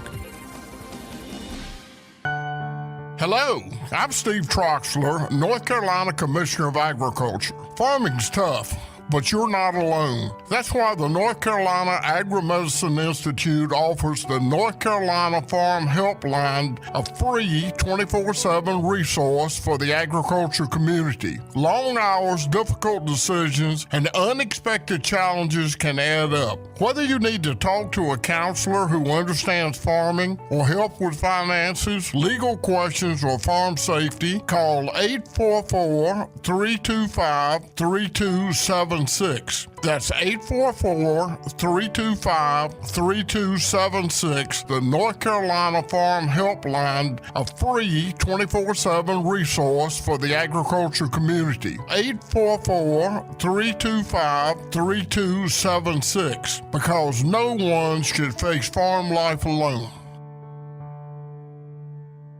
Ask any college student. If it wasn't for the last minute, lots of assignments wouldn't get done. So if you haven't figured out your plan for college and how to pay for it yet, don't worry, you've still got time. And with the next NC scholarship, you can still get money to pay for most or all of your tuition. To apply, just fill out your FAFSA and you could get $3,000 for community college or $5,000 for public university, and possibly more. See how easy it is to apply at nextncscholarship.org. Why choose a family physician? Because they provide healthcare expertise for the entire family, care for acute and chronic disease, treat all ages, and most importantly, keep you healthy. In fact, adults with a family physician have lower healthcare costs, better health outcomes, and are hospitalized less frequently. Family physicians, your trusted healthcare advisor for you and your family for life. Brought to you by the NC Academy of Family Physicians. You can be a wildlife hero. Did you know that visiting North Carolina Zoo and Botanical Gardens in Asheboro supports efforts to protect wildlife and wild places? The North Carolina Zoo is a global leader in wildlife conservation, working to save endangered species of both plants and animals, such as elephants, red wolves, and gorillas. Plan a family-friendly day trip to the North Carolina Zoo to learn how you can join the mission to save endangered species from extinction. Learn more at nczoo.org. North Carolina ranks second in the nation in potential agricultural land lost by the year 2040. The NC Forever Farms program supports the preservation of family farms through permanent agricultural conservation easements and has received a record number of applications for 3 straight years. Landowners interested in preserving their working farm through the Farmland Preservation Division of the North Carolina Department of Agriculture and Consumer Services can learn more by visiting ncadfp.org. This is Adam Gold. We had lightning hit a pretty large tree. Oh, yeah. About 150 yards from the house. It'll be my sign to go win the lottery. But you know what? I'm sorry, I can't. I have rules. If it's not over $1 billion, I'm not playing. Yeah, still just millions. The Adam Gold Show.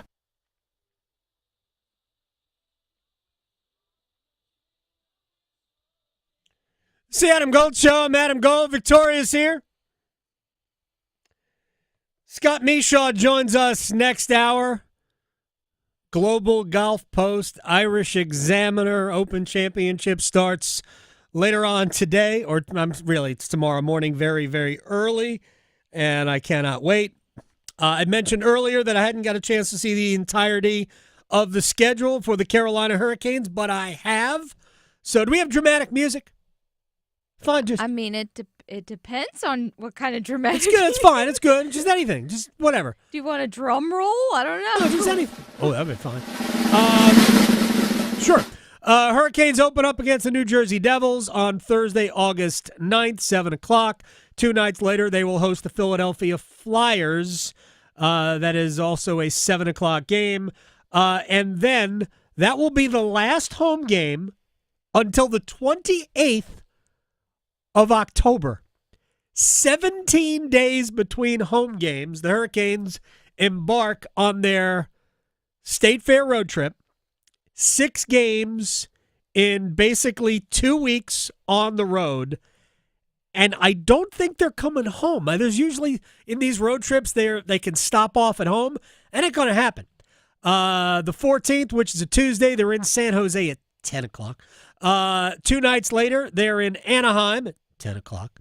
Then they're at the LA Kings Saturday night, 9 o'clock. Then they're in Vegas Monday, 10 o'clock. This is the anti what I talked about before. I know. Colorado Thursday the 23rd, 9 o'clock. Dallas Saturday the 25th, 8 o'clock. Wow. That is the 6 games in 11-day, 12-day road trip. Wow. And the Hurricanes will then play on the 28th of October. It'll feel like a mini off season with them being gone for so long. if you want to get your home Hurricanes game fix in September in October, you've only got 4 cracks at it. Yeah. They will come home against the Golden Knights, and they will play the Islanders on the 28th and the 30th. 2 other things about, or maybe more, a couple of quick things about the schedule. The Hurricanes will be at home around Thanksgiving. The day before Thanksgiving, home against the Rangers. The day after Thanksgiving, they'll play the Winnipeg Jets. They're also home the last game before Christmas and the first day after the break. Home against the Panthers on the 23rd. Home against the Red Wings on the 27th. Also New Year's Day at home against Montreal. All right. So start the year off. There you go. All right, it's time to stretch. So one good thing about a recent movie that came out, I like, well, not always. I was going to say I like when movies start little trends that are fun. And I don't really know if that's always true because some trends aren't fun. But this is a good one because my fur baby boy Biff is a rescue. And apparently Superman is like inspiring people to get dogs. I don't know. Well, I have not seen one good thing that Superman has done. I know. I have not seen this new movie, but apparently in the movie, Crypto, his dog, is Superman's foster dog. And he also is, this says he's like a mutt, but he kind of resembles a schnauzer, potentially. Okay, fine. So, not only are internet searches, because this is from the Googles, Google searches on pet adoption has been going up a lot. So phrases like adopt a dog near me has increased by 513%. Wow. And then other ones have been rescue dog adoption near me up 163%. And then adopting a schnauzer 299%. I've never owned a schnauzer, but I guess people are interested in it now because of Superman. So, not only is he probably going to inspire costumes this Halloween like movies tend to do, but maybe you'll have a Crypto with you. I highly recommend that. All the doggos need love out there. Mm-hmm. They make the world a better place. So, yeah, I was like, oh, that's so cute. You can't hate that. You know what else you can't hate? A good bet. There you go. Place your bets. Place your bets. Here we are. I bet you slice into the woods $100. Gambling is illegal in Bushwood, sir, and I never slide. Okay, you can owe me. I owe you nothing. All right. Get it cranked up. Let's go. I know. I'm debating. I'm going to make a golf bet, but I keep waffling. You should. I feel like I'm going to stay super chalky, as Tim likes to call me from the afternoon with my home run derby pick. I'm going to pick Scotty Scheffler, Mr. Dad, to Mr. Family Man, to win. He's plus 450 still, so why not? All right, yeah, he is. I mean, he's the favorite. There's just not a lot of value there, but I know plus 450 seems like value, but we'll give you my winner. Well, I'm gonna pick Rory McIlroy, but I'm not gonna bet it because I like just the organic emotion of Rory winning to kind of lead the day. Jason Sobel told us yesterday, I actually think it's a good idea. Adam Scott and Justin Rose both inside the top 20 at plus 1,300. That's good value. Yeah. I like that. And so they don't really have a lot of specifics with the baseball games that are coming up on Friday. However, I'm going to take your Mets because they do at least have this. I'm going to take your Mets to beat the Reds. That's minus 172, but you could put it in a parlay. All right, we should do that.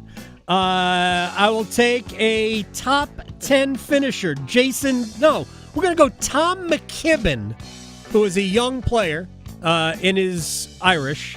Tom McKibben plus 750, top 10. Nice. And last but not least with the baseball bets, Minnesota Twins will be in Colorado taking on the Rockies, which had a hilarious clip here recently of just error after error. So give me the Twins on the road to win. They're minus 170.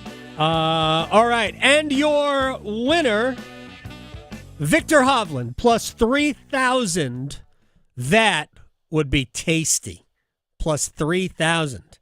Just a little bit of American currency might happen on my account.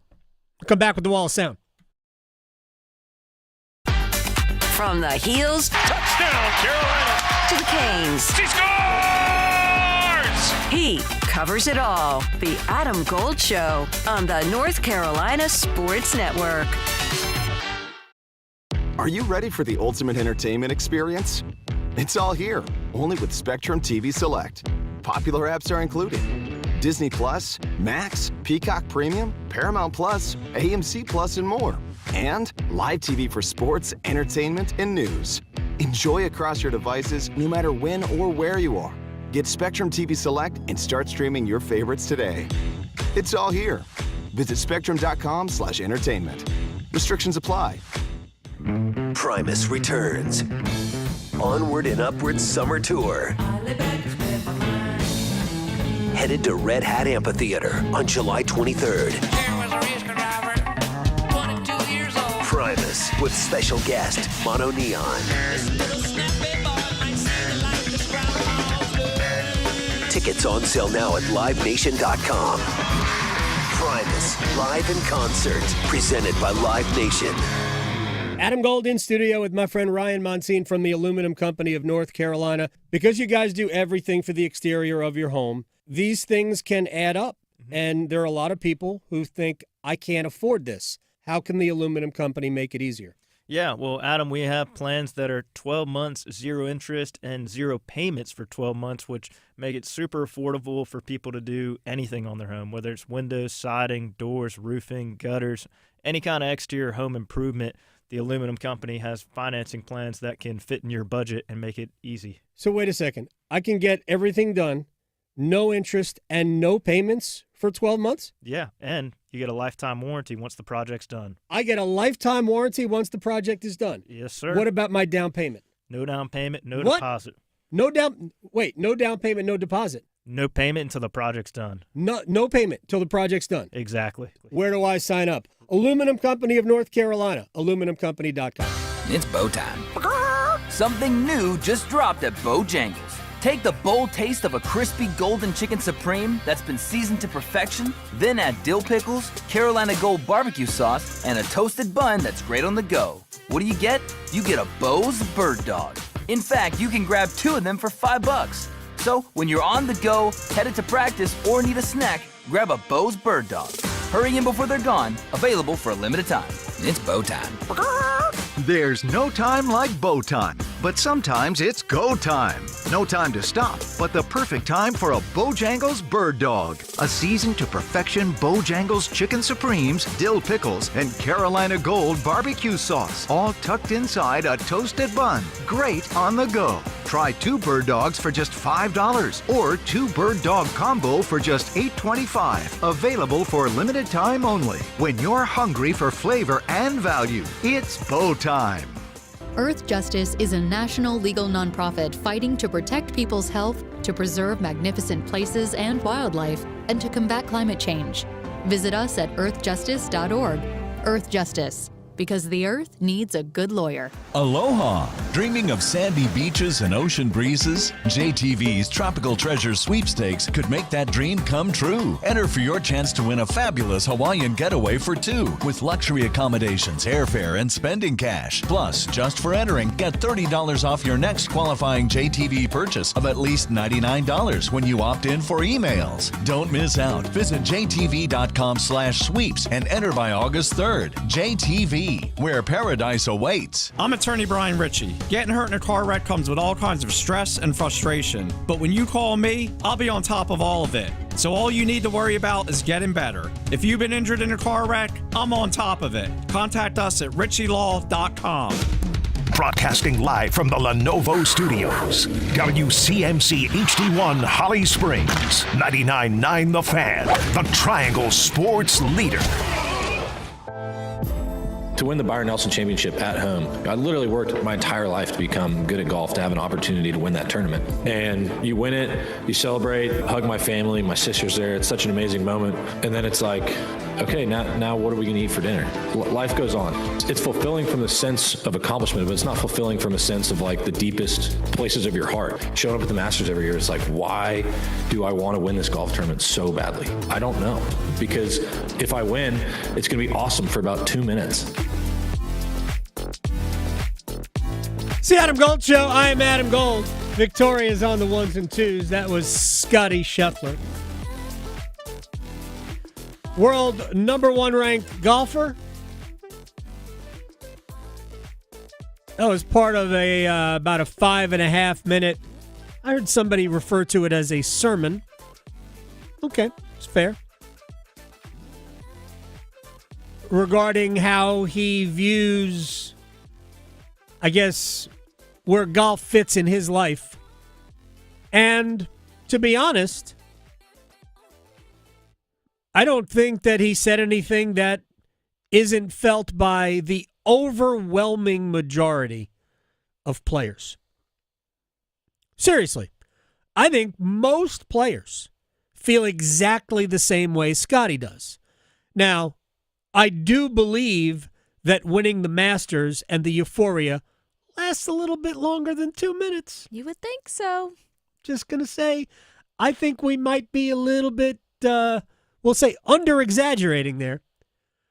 But I heard a conversation with Max Homa this year. And Max has had a rough year. We're talking about somebody who's been, like, a couple of years ago, right in the hunt to win a couple of majors. Didn't win. A very good player. I think 6 or 7 time champion. Was on the Ryder Cup team for the U.S. the last time it was held in Italy, and was, I don't think, probably he was the Americans' best player in their loss in Rome. But Homa has talked about he's had a rough year, really a rough year and a half. And he has talked about, look, I have so many other things that I would rather do than struggle to, get back to the winner's circle. And like, he's a new dad. He's a husband. He has a lot of other interests than just playing golf. He is like basically all of us. 99.5% of this planet holds what they do in exactly the same manner as Scotty Scheffler does. That's it. Golf isn't Scotty Scheffler.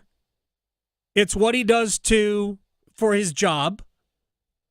And the rest of Scotty Scheffler's existence, husband, father, that's what he is.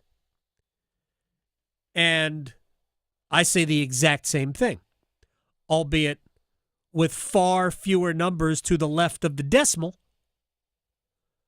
But this is not who I am.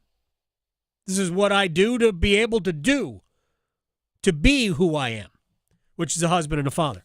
So Scheffler did a great job of articulating a point that I believe almost everybody on tour feels. And we have just completely lost our minds over what it all means. Scotty, not Scotty. Well, I guess he's Scotty. Scott Michaux, Global Golf Post, Irish Examiner, is going to join us in about 5 minutes. Wall of Sound. The Wall of Sound is a function of this studio. There's no doubt about it. Just stay with golf for a second here. Who did Chip Patterson choose to win the Open Championship? He went Jon Rahm.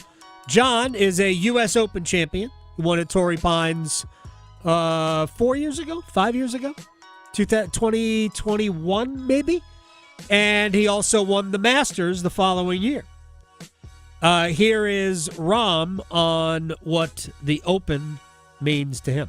The Open Championship is the most prestigious event you can win in golf. For my understanding of the game and the history of the game, I think the Claret Jug is the most special one. Look forward to it intensely every year. Ireland and Northern Ireland have been very good to me in my golf career. It's been a lot of fun to be able to play here. Have done well in Port Rush in the past, and have really good memories in Port Stewart. So I'm really looking forward to this week.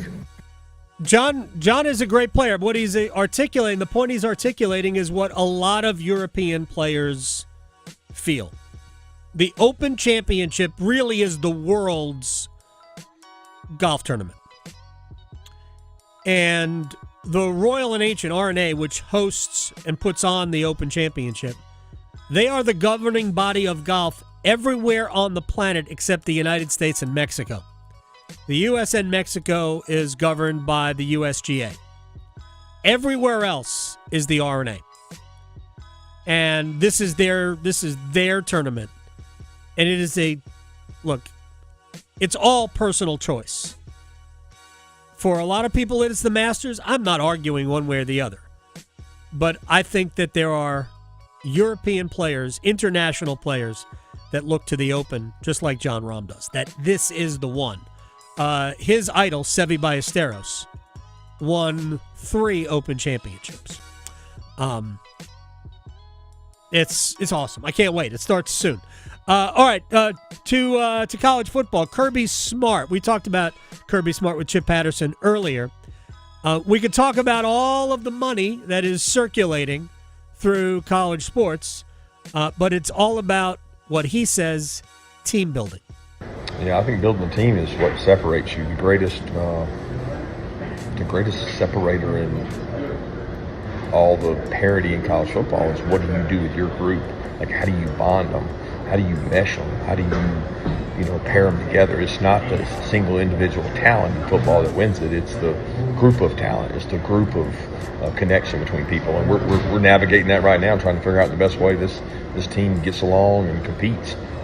So that's going to be a huge trend setter for us. I mean, it is in every sport, especially now that the highest reaches of college sports has become really professional sports just for less money.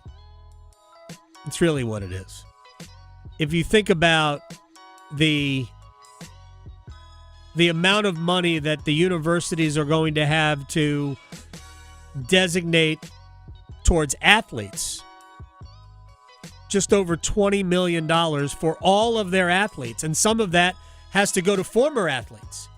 I mean, that's nothing based on the amount of money that the sport does create, football, and can create. That's really not that much. And you look at what an NFL salary cap is, which is, like $180 million or whatever it is. It should be a lot higher, but it's not. A little bit later on, I'll talk about salary caps, by the way, because the commissioner of baseball, Rob Manfred, has called for one again. It's too bad. Anyway, that's what college sports has become. It is professional sports. It's been sort of that way for a while for everybody other than the athletes. But now that the athletes are receiving money, and in some cases, a lot of it, it's professional sports, just on a much smaller scale, and with, honestly, a lot fewer teams really in the mix to win. In the NFL, in every season, we could say that the Kansas City Chiefs are the favorite to win. But there's probably 5, 6, 7 teams going into the season that you can go, I can see them winning a Super Bowl. So let's just say it's 6 out of 32. What is that percentage? It's about just under 20%. Do you think there are just under 20% of college football teams that play at the top level that can win a national championship, even if we just took teams from the Power Four? The answer, of course, is no. Anyway, it is all about roster building, chemistry, coaching, talent, so many things. But, man, getting guys to play together, it's just not easy. I heard Kirby Smart say,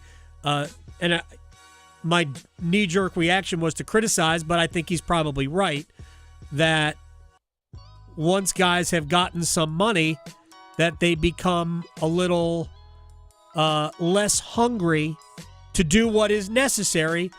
Personally, I think he's talking about just a few people, maybe within his own locker room, that he has noticed, because I still think that for the most part, I don't think you would look at even as much as $200,000 seems like it might be a lot, and it is a lot.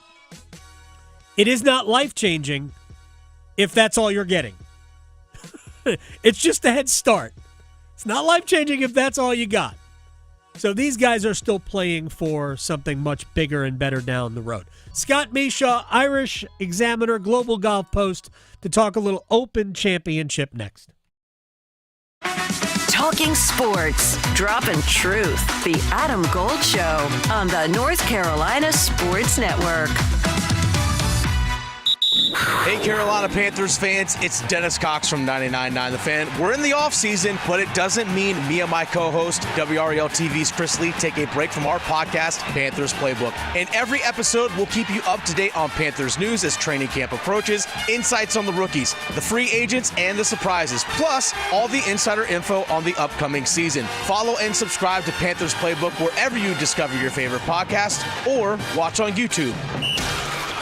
If you are beyond ready for the weekend and in need for some motorcycle therapy, you're in luck because we're halfway there. I'm Victoria Vodnecker here from 99.9 The Fan for Law Tigers, and sometimes Wednesdays are just the toughest days of the week. But maybe you've been thinking about that ride to the beach this weekend or maybe up to the mountains and checking off that to-do list as we get closer. While you're checking off that list, it's always smart to keep in mind what could happen while you're on the road. If you're ever in an accident on your motorcycle, make sure to call Law Tigers first before calling your insurance company. At Law Tigers, they're riders too, so they get it. They know the value of your bike and your gear and the investment that you've made. They know what it's like to go through an accident, and case evaluations are always going to be free, so you're not going to pay a dime until your case is settled. Call 1-800-LAW-TIGERS, North Carolina's motorcycle lawyers. Law Tigers is a network of independent law firms who are members of the American Association of Motorcycle Injury Lawyers. Law Tigers is not a law firm. Here's Brandon with Parkway Sleep Centers. Tired of waiting for a sleep treatment? At other sleep centers, it can take 6 to 8 months just to get an appointment and cost you thousands more.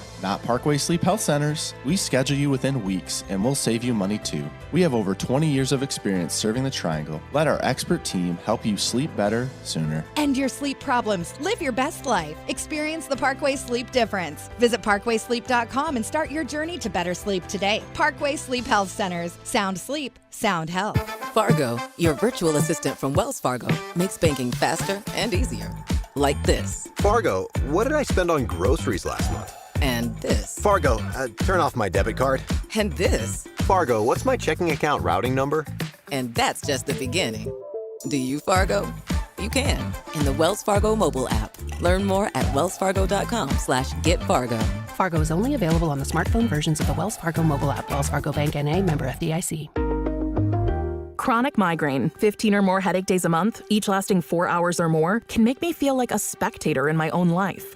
Botox, onabotulinum toxin A, prevents headaches in adults with chronic migraine. It's not for those with 14 or fewer headache days a month. It's the #1 prescribed branded chronic migraine preventive treatment.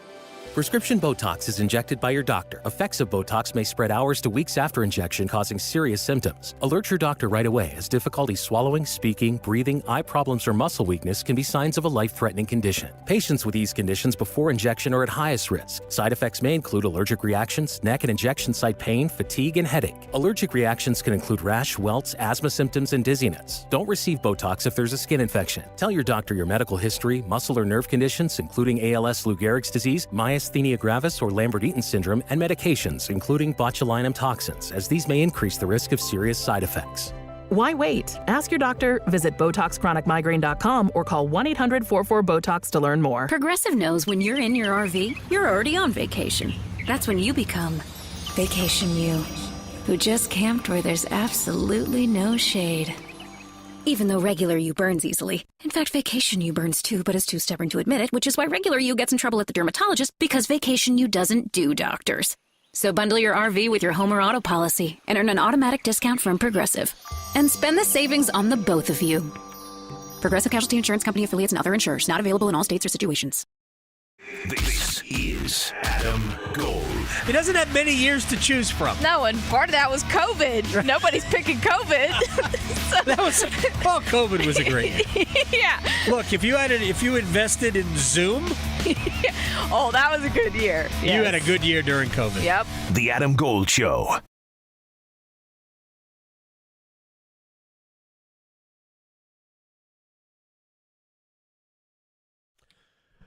It's the Adam Gold Show. I'm Adam Gold.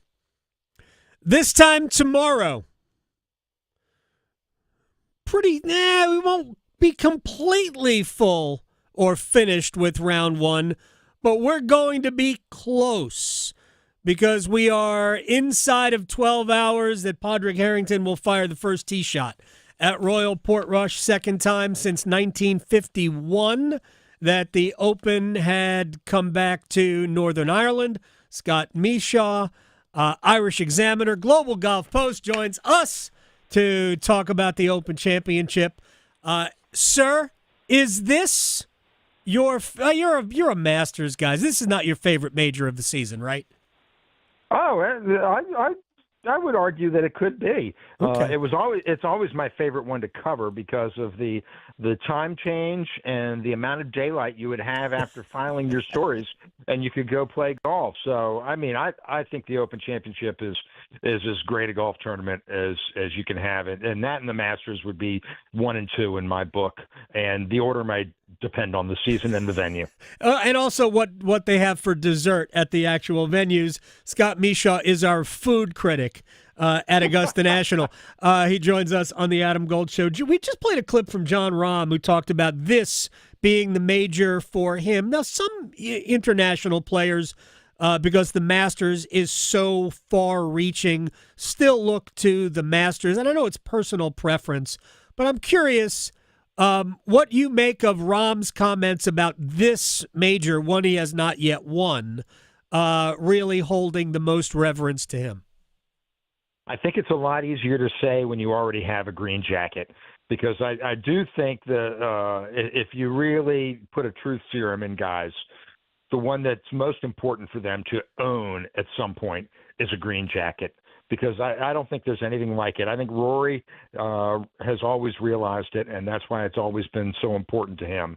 But I do think the Open Championship is probably the other one that people want to get the most because of its history And especially for European players, it has a lot of extra value because it's their championship in a way. It's the one that's not in the U.S.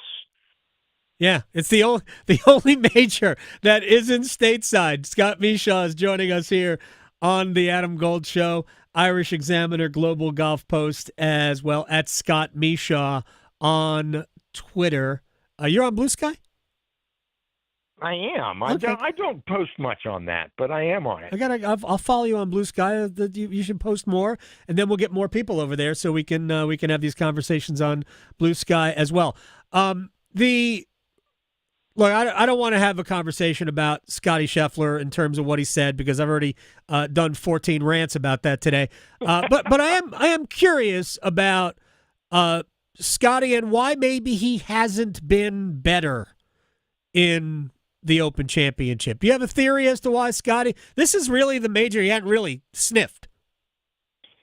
Right. It's links golf is something that a lot of guys have to get accustomed to.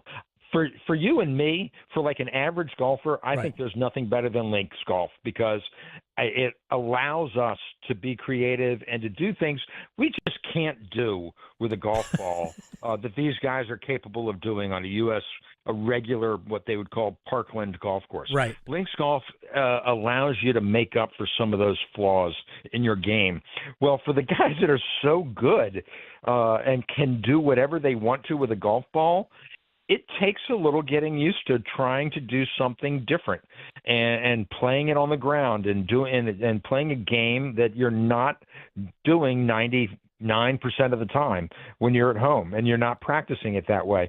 Some guys take to it like a duck to water, right? And other guys don't. And Scotty's maybe taken a little longer to learn it than others. I have no doubt he would be really, really good at it if he lets himself be. Scott Michaux is joining us here. By the way, it's interesting you mentioned duck to water. We are supposed to have rain every day during the Open Championship. When it was held at Royal Portrush 6 years ago and Shane Lowry won, winning score mid-teens. I don't know exactly where he finished, but mid-teens. If we're getting rain, it doesn't seem to be forecast for a lot of wind. I think the windiest day is probably the final round on Sunday based on the forecast. Are we looking at potential serious low scores here? Well, probably, but I don't really care about that. I don't think anybody should. If there's a 1 in front of coming after the minus sign, so what? It's going to be somebody that deals with those elements better than anybody else. And even though the rain might make the green softer and might make you be able to make some more birdies here and there, it's also going to wreak havoc if you get into that rough and have to deal with it. So I think it's a great to have the elements as part of an Open Championship, because they should be, because it's really the you get the rest of the Scott Michaux, the Irish Examiner Global Golf Post, is joining us here on the Adam Gold Show. I'm not sure we're having technical difficulties or not. It was coming back to me. So we got him. You're back. All right. The reason I asked the question, it wasn't like I'm not criticizing for whatever the score in relation to par is. I've never really cared about that. But if it becomes more of a birdie contest, if you will, does it bring a guy like Bryson DeChambeau, who is also not necessarily played well on these styles of golf course, although he played well at Pinehurst, which is similar in some ways to an Open Championship layout? Would it be better for Bryson if the course were softer and maybe more negotiable that way? Well, it could be, but the difference between Pinehurst and what you're going to find over there is Bryson can't get away with spraying the ball off the tee. Okay. You can do that at Pinehurst. Yep. You're just going to get it. You may get unlucky once in a while with your lie off the fairway, but for the most part, it's going to be playable. It might not be over there. You might not be able to advance it. So it'd be more like Oakmont to him. He better be hitting it in the lanes a little bit better this time. Otherwise, he's going to struggle again. Yeah, and again, he is not. He hasn't had a. I think his best chance to win at an Open likely will be St. Andrews, which is you can hit the ball anywhere just about at St. Andrews. Although I think Ian Baker Finch once hit a ball out of bounds off the first, which is very difficult to do because it's about a 200-yard wide fairway. Scott Michaux is joining us. There's a lot of pressure on Rory McIlroy, or is there this week? Well, any pressure that he has is self-applied. I think he's a little more comfortable this time than he was last time, because I think last time he really did feel the pressure and feel an obligation to perform in front of his home crowd. He considered it the toughest major he's ever played in because of that. Yeah. Maybe this time because of everything he's done and now finally completing that career slam, maybe he won't feel as obligated to play well and maybe let himself play well, which he's so good at doing. He did very well in the Irish Open at County Down in Northern Ireland last year and almost won that. Yeah. It took a guy beating him for him not to win it. And so I think if he lets himself be like that, he'll be a factor and he could win this. Scott Michaux is joining us here on the Adam Gold Show. A couple of more quick things, then we'll let you go. Why is it that, and I don't know, because you and I have not talked about who you like to win, but why is it that virtually everybody I think has a chance to win this is a European player, and for the most part, they're almost all either English or Irish in the case of McIlroy, or a Victor Hovland from Norway. Do you have are you leaning more towards international players? Yeah, I would be. I hadn't thought about it until you just said it right there. But everybody that I've thought about who's going to win this thing is a European player. So, and I'm not, I don't think Neiman is ready yet to do it. I think you are looking at a Rahm or a McIlroy or a Shane Lowry again. I would not count him out at all. Right.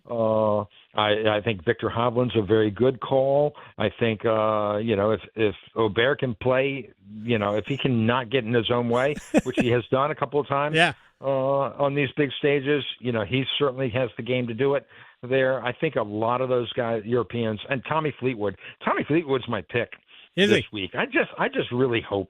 I mean, it's a heart pick. I'll give you that. But he's playing really, really well. Yeah. And he played very well there last time and had a chance to win at Port Russia in 2019. So I don't know. I like him this week.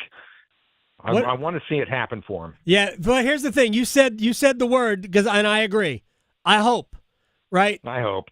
2 weeks ago in Connecticut, he should have won. He should have. Should have won. No, there's just no getting around it. That was his tournament to lose, and he lost it. He wouldn't be the first player to ever do that. He has won around the world. He has not won in the United States. The Open Championship is not held in the United States, so that won't hold Tommy Fleetwood back, but it is a big one. He is a good enough player to win a major. Let me ask you about one more player that has not won a major in 12 years, but man, he has put himself in position. Justin Rose, thoughts? He has, and he played well again last week, which was a good timing for him getting ready for this. The guy seems to, if his putter is on, yes, he can win. I mean, it's that simple for him. He's got the game. He's shown it in the last couple of years, despite his age. And he's the guy I don't want to play in singles at the Ryder Cup either.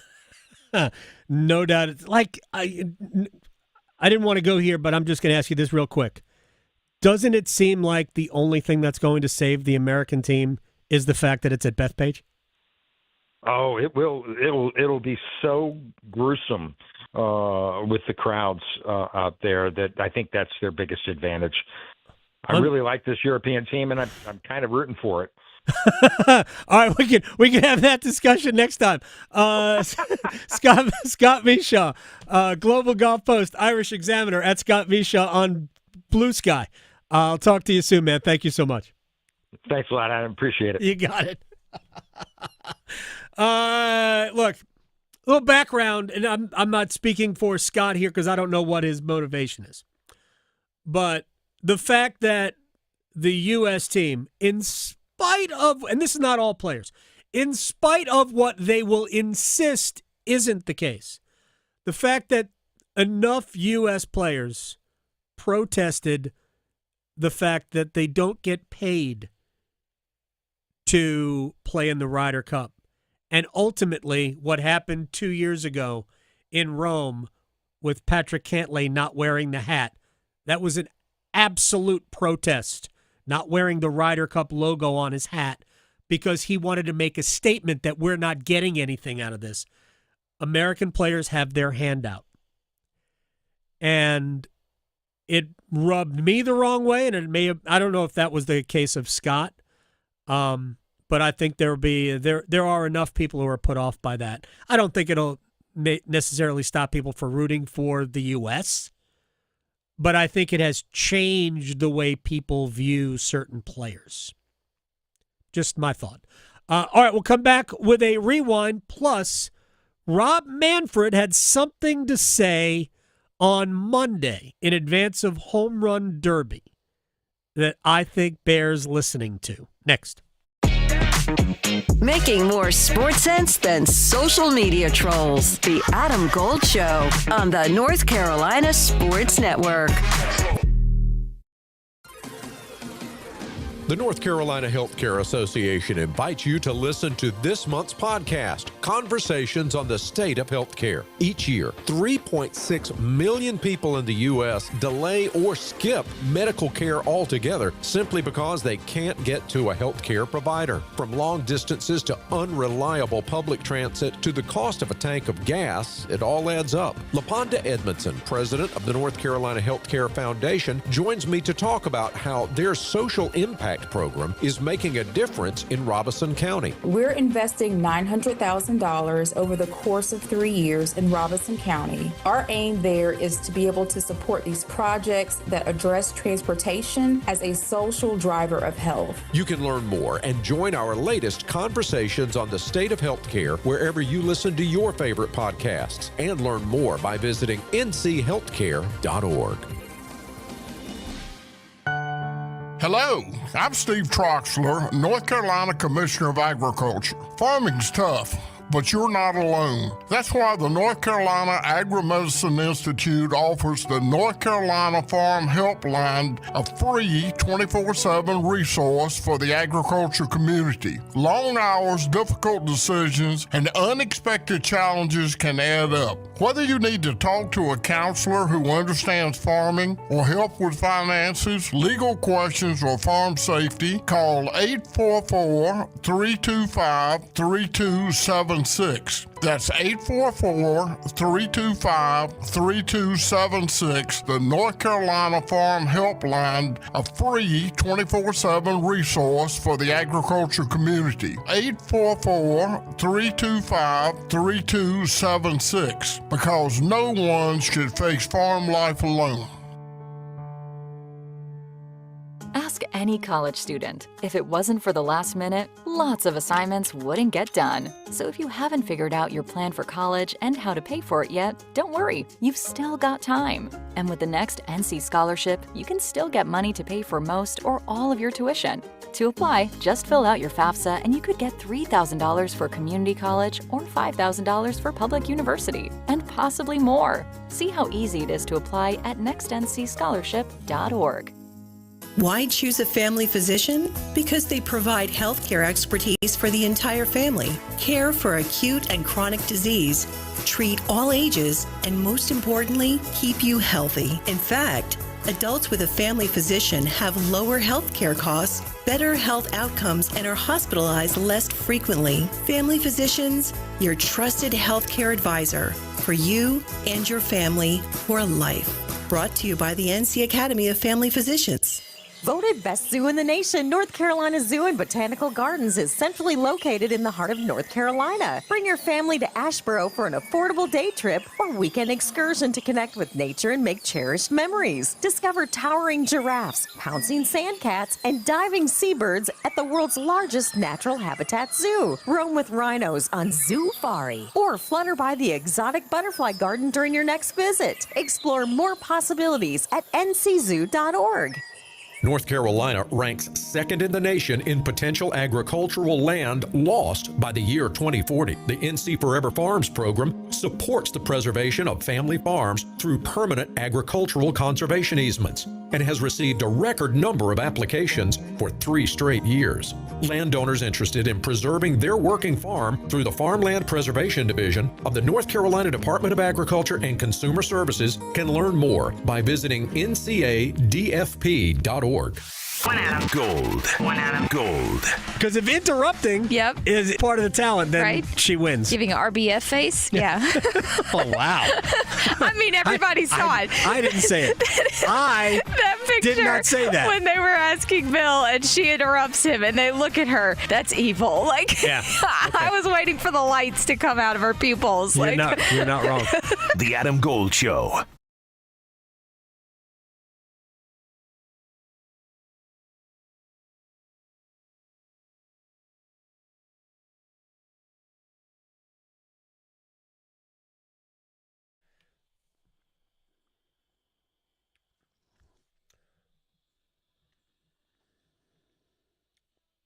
It's the Adam Gold Show. I am Adam Gold. I'm going to rewind in just a little bit, but let's start. Carolina Hurricanes' schedule was spit out today. The entirety of the schedule for those people who are interested. Carolina will open up the season at home against the New Jersey Devils on October 9th. 2 days later, they will host the Philadelphia Flyers as they open with the first 2 games at Lenovo Center, and then they won't be back for 2.5 weeks. State Fair, the fried food road trip begins, and it will go from San Jose to Anaheim to LA to Vegas to Colorado to Dallas, and there are no back-to-backs on that trip at all. Rod Brindamore will not be happy about that. He likes those road trips to be like Tuesday, Wednesday, Friday. Yeah. Yep. Like a college class. Yep, not going to happen. Tuesday, Thursday, Saturday, Monday, Thursday, Saturday. So 2 full weeks on the road, 3 games each week, and all 6 of those games, will start at least 8 o'clock, and 5 of the 6 will start at least 9 o'clock. Yikes. So that means you're not going to sleep till like 4. It's going to be a tough week. Tough 2 weeks. Then they come home, play a couple of games. If you're interested in the holidays, I can tell you that Carolina has a 7-game homestand wrapped around Thanksgiving. It starts with the game just before Thanksgiving against the Rangers. Then everybody goes to eat turkey or whatever you eat. And then the day after Thanksgiving, Winnipeg. And then they're home for 5 more games in a row after that, all the way through the middle of the first full week of December. Actually, I guess it's the second full week of December. They're also home before and after Christmas. Home against Florida on the 23rd. And then there's always, you're off Christmas Eve, Christmas Day, and then the day Boxing Day. Then they're back on the 27th. But they're home Florida before Christmas, Detroit after Christmas, and they got another game against the Rangers. They're home for a lot in that stretch. Then they will play on New Year's Day at home against Montreal. But here's the weird part about it. It's a night game. Part of me feels like that should be like a noon game, New Year's Day, but it's not. It's a night game. A normal day. It just happens to be January 1st. The Hurricanes will play, they will close the season with 4 straight games on the road. So there are a bunch of home games stacked in the middle of their schedule. So that's Carolina's schedule, sort of a thumbnail look at it. In division, they'll play the Capitals and Islanders just 3 times each. Rangers, Flyers, Penguins, Blue Jackets, and Devils each 4 times. If you are keeping score of such matters, 2 of their 3 games against the defending champion Florida Panthers will be in Raleigh, and only 1 of them will be in Sunrise. So there you go. That's the schedule, and you can get all the specific info at Hurricanes.com. You should check them out. Also, all your ticket issues right there as well. Real quick, before we do a rewind, 2 things. 1, I don't know how many people watched the All-Star game last night. I fell asleep late. They had no idea that it went to a home run off, a swing off. I kind of dig that. Yeah, big time. Like for an All-Star game, easy. Absolutely. Right? Not going to lie. I would consider it in the regular season. I would. Yeah. I would absolutely consider it during the regular season. I don't hate it. What we've done here with the way we get to the end of games, once we're done playing 9 innings of regulation baseball, we go to starting innings with a runner on second, which I don't really hate. I know there are people who hate it, and I get why you would hate it, because why are we doing that? I understand. But the whole point was to not play 15-inning games during the regular season, because that does end up damaging your bullpen for the rest of the series. I get it. And frankly, we want, it's all part of speeding the game up. But there is something cool, and maybe we'll get over it. I am over the shootout in hockey. I could care less about the shootout, but I've never been a huge fan of it. Either way, most fans don't mind it. And the league feels like it's an okay way to decide a game. What would the difference be? I understand in baseball we're more purist. We're more purist. If they decided a regular season baseball game that went into extra innings after, say, an inning of extra inning baseball or 2 innings, I think I'd be okay with a swing off. Yeah, for sure. I'd be fine. They're fun. Each team chooses a player, boom, go out, hit a home run, right? Or hit multiple home runs. Kyle Schwarber was the MVP of the All-Star game last night. It finished in a 6-6 tie. I know. All right. I'd be in favor of that. One more thing. Obviously, most people probably like the fact that the players are mic'd up on the field. Clayton Kershaw, the 2 batters he faced were great. Kershaw is also at a place in his career where he is probably more willing to have fun with that. Mm-hmm. So even better, choosing the players to be mic'd up. I wouldn't choose Pete Alonso again. I think is a cool thing. But there's something that we saw last night that I think worked well, and I still wouldn't use it.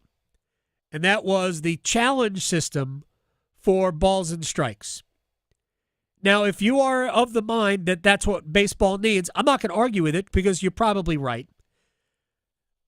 And the 2 challenges that I saw were both successful challenges. There was a pitcher that thought it was a strike when it was called a ball, and it was a strike, and it was strike 3, batter, you're out. Pitcher challenged the system, the call. He won. And there was a batter who challenged a call, a pitch that was called a strike, I believe, and it ended up being a ball, and the batter won. Good. And it was done timely, so it wasn't, you can't use the argument that, it unduly delayed the game. It was an intrusion on the game. Because I don't think it was. With that said, I would not have it as part of my sport if I were baseball. I would not do the automated strike zone. We already have replay on the bases. That's fine. We want to get rid of the egregious mistakes.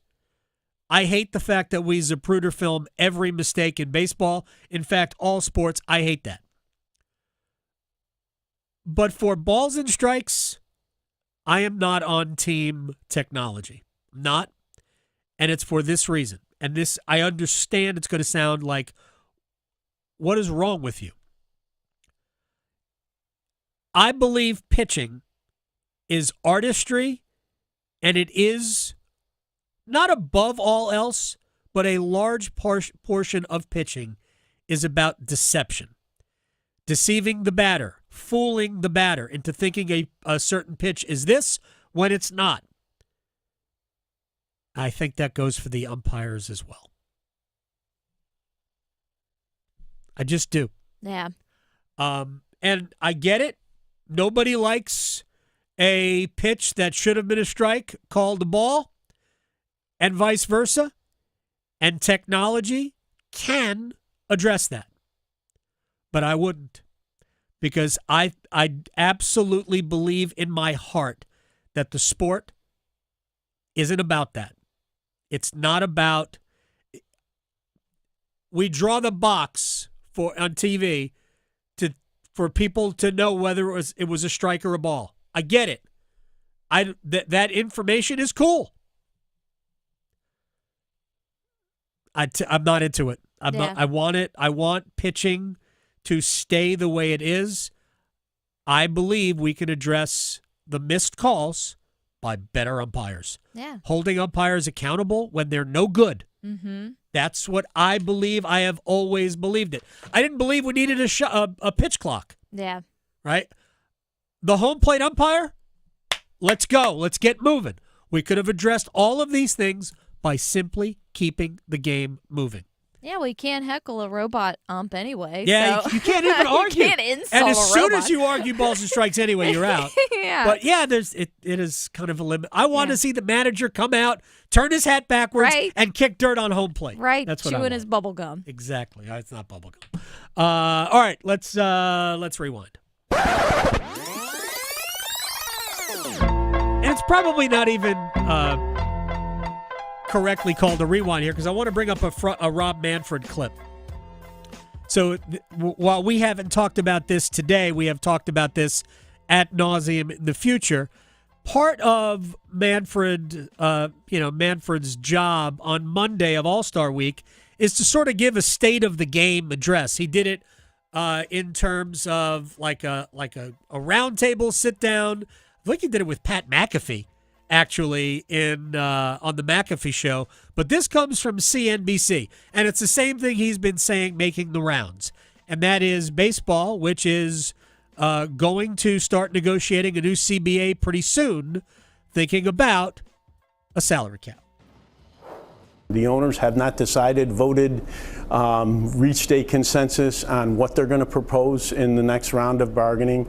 I will say this. At the end of the day, sports sell competition. We do have fans in a significant number of our markets who are really concerned about the issue of competitive balance and the competitiveness of the teams in their markets, and it's something we're going to have to pay attention to. All right, now, let us get this straight, because you have heard people who come on this show that I greatly respect believe in their hearts that a salary cap is what baseball needs so all teams can be competitive. And I am here to tell you that that is a fallacy. Salary caps have zero to do with competitive balance. Zero. Competitive balance is achieved when all the teams try to win. Rob Manfred is speaking on behalf there of teams that are not trying to win. And here's the problem with this whole notion of a salary cap. With a salary cap, it must be accompanied by a salary floor.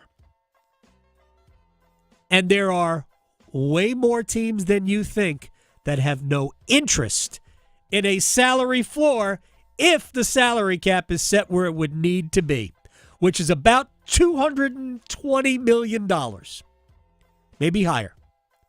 because the salary floor would be around $170 million, and more than half of the league willingly stays below that. Right. So, don't buy the hype. Baseball could certainly use a little bit more shared revenue, although there's plenty. But really what baseball could use is teams not taking that revenue sharing money and just putting it in accounts receivable. They don't invest that in the team. They don't. They lie. They absolutely flat out lie. They don't try to win.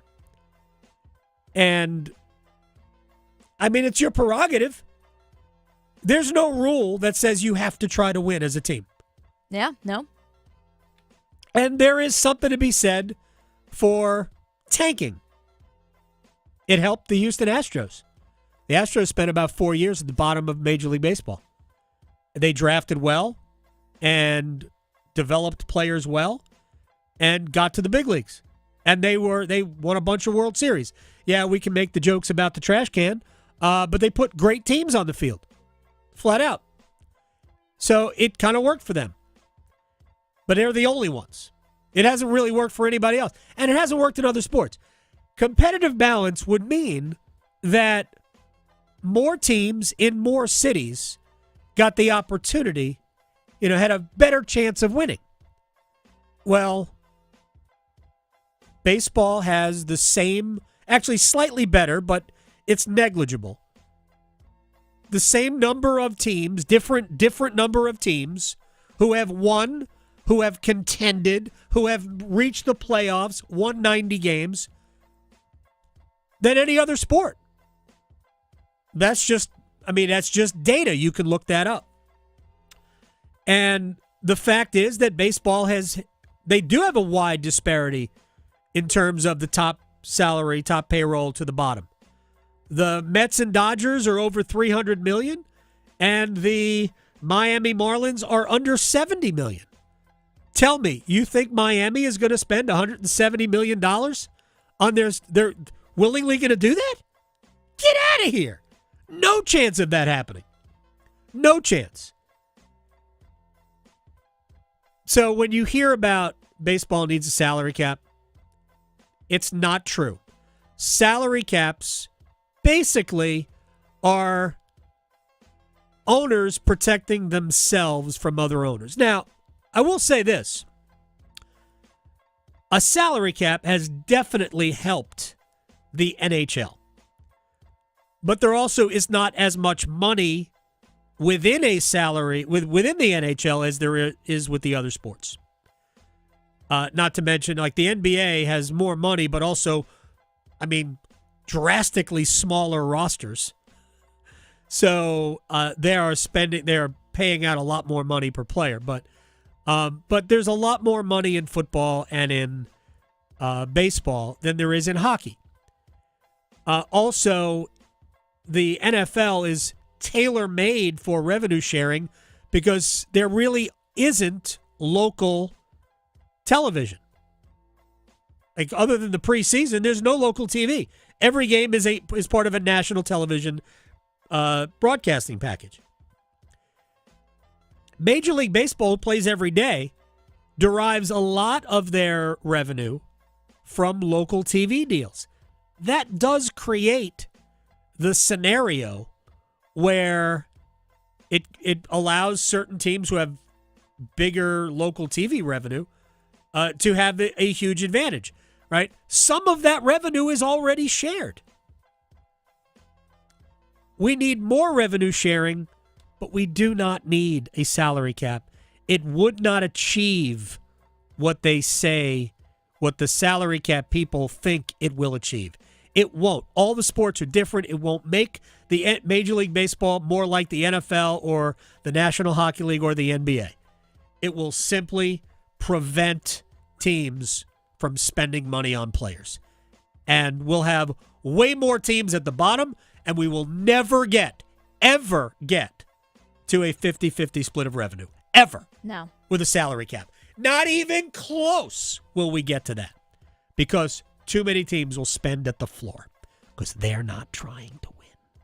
That is a problem. All right. I guess we have stuff that we can rewind. Do we have time? We don't have time because we have two long clips from. Chip had a lot to say. He always has a lot to say. We always have a lot of fun with Chip. Let me get to a couple of something we talked about earlier. The Bill Belichick versus Robert Kraft debate over who took the bigger risk. First of all, to me, it's a silly conversation because there's risk involved with every decision that you make in sports when it comes to hiring, firing, drafting, all of that. It's all a risk. But I don't even know why Robert Kraft brought it up, but he brought it up first. But he has said that he took a big risk in hiring Bill Belichick, but he meant it from the context that he had to give away a first-round draft pick in order to hire Bill Belichick. Okay, I get it. But ultimately, every coach you hire, every single coach, is a risk because you have no idea what it's going to end up. Remember who the Carolina Panthers' second head coach, George Seifert? Right? You would think that would have been a no-brainer. Yeah. Because George Seifert came from the 49ers where he had won Super Bowls. Didn't work out. Right? It just didn't work out. Theoretically, that's not a risk, except every time you hire a head coach, it's a risk. Nick Saban did not work out in Miami. Just didn't. So I get what Robert Kraft is saying. But I think Bill Belichick is more right than Robert Kraft because if you think about where Belichick was, granted the Jets were awful. I wouldn't have wanted to be the head coach of the Jets either because ownership is terrible. But it wasn't like he was going to somewhere that routinely won. It wasn't like he was going to the Pittsburgh Steelers. The New England Patriots, and Boston people will back me up on this. Other than the Bill Belichick era, Patriots weren't a model franchise. We had new ownership because that was Robert Kraft, was relatively new owner, but there was no real history of winning. Wasn't like going to the Packers. Anyway, we'll see everybody tomorrow. Victoria, thank you very much. We get back to playing games soon, don't we? I think so. Questioning goalie interference calls since day one. The Adam Gold Show on the North Carolina Sports Network. Hey, it's Adam Gold from my friend Gordon Miller, Miller Lending, Kildare Farm Road in Cary. You've heard the phrase, like two ships that pass in the night. That is about when you and maybe your future significant other kind of are near each other but don't necessarily connect. In other words, we're talking about timing. The timing didn't work, except that the timing worked perfectly for me when I met Gordon Miller because he told me about the no closing cost option for mortgages so I didn't have to pay closing costs. Let me take you back in time where I didn't have a lot of money. I couldn't just buy a house, throw down payment money at it, and then pay closing costs. At Miller Lending, you don't have to pay closing costs because home ownership is expensive. So you keep thousands of dollars of your money in your pockets, and then you can refinance free of charge when the rates come down, and they will. They'll probably come down significantly in the next year. Miller Lending, on Kildare Farm Road in Cary, MillerLending.com online. Miller Lending is an equal housing lender, NMLS ID 250-2146. Primus returns. Onward and Upward Summer Tour. Headed to Red Hat Amphitheater on July 23rd.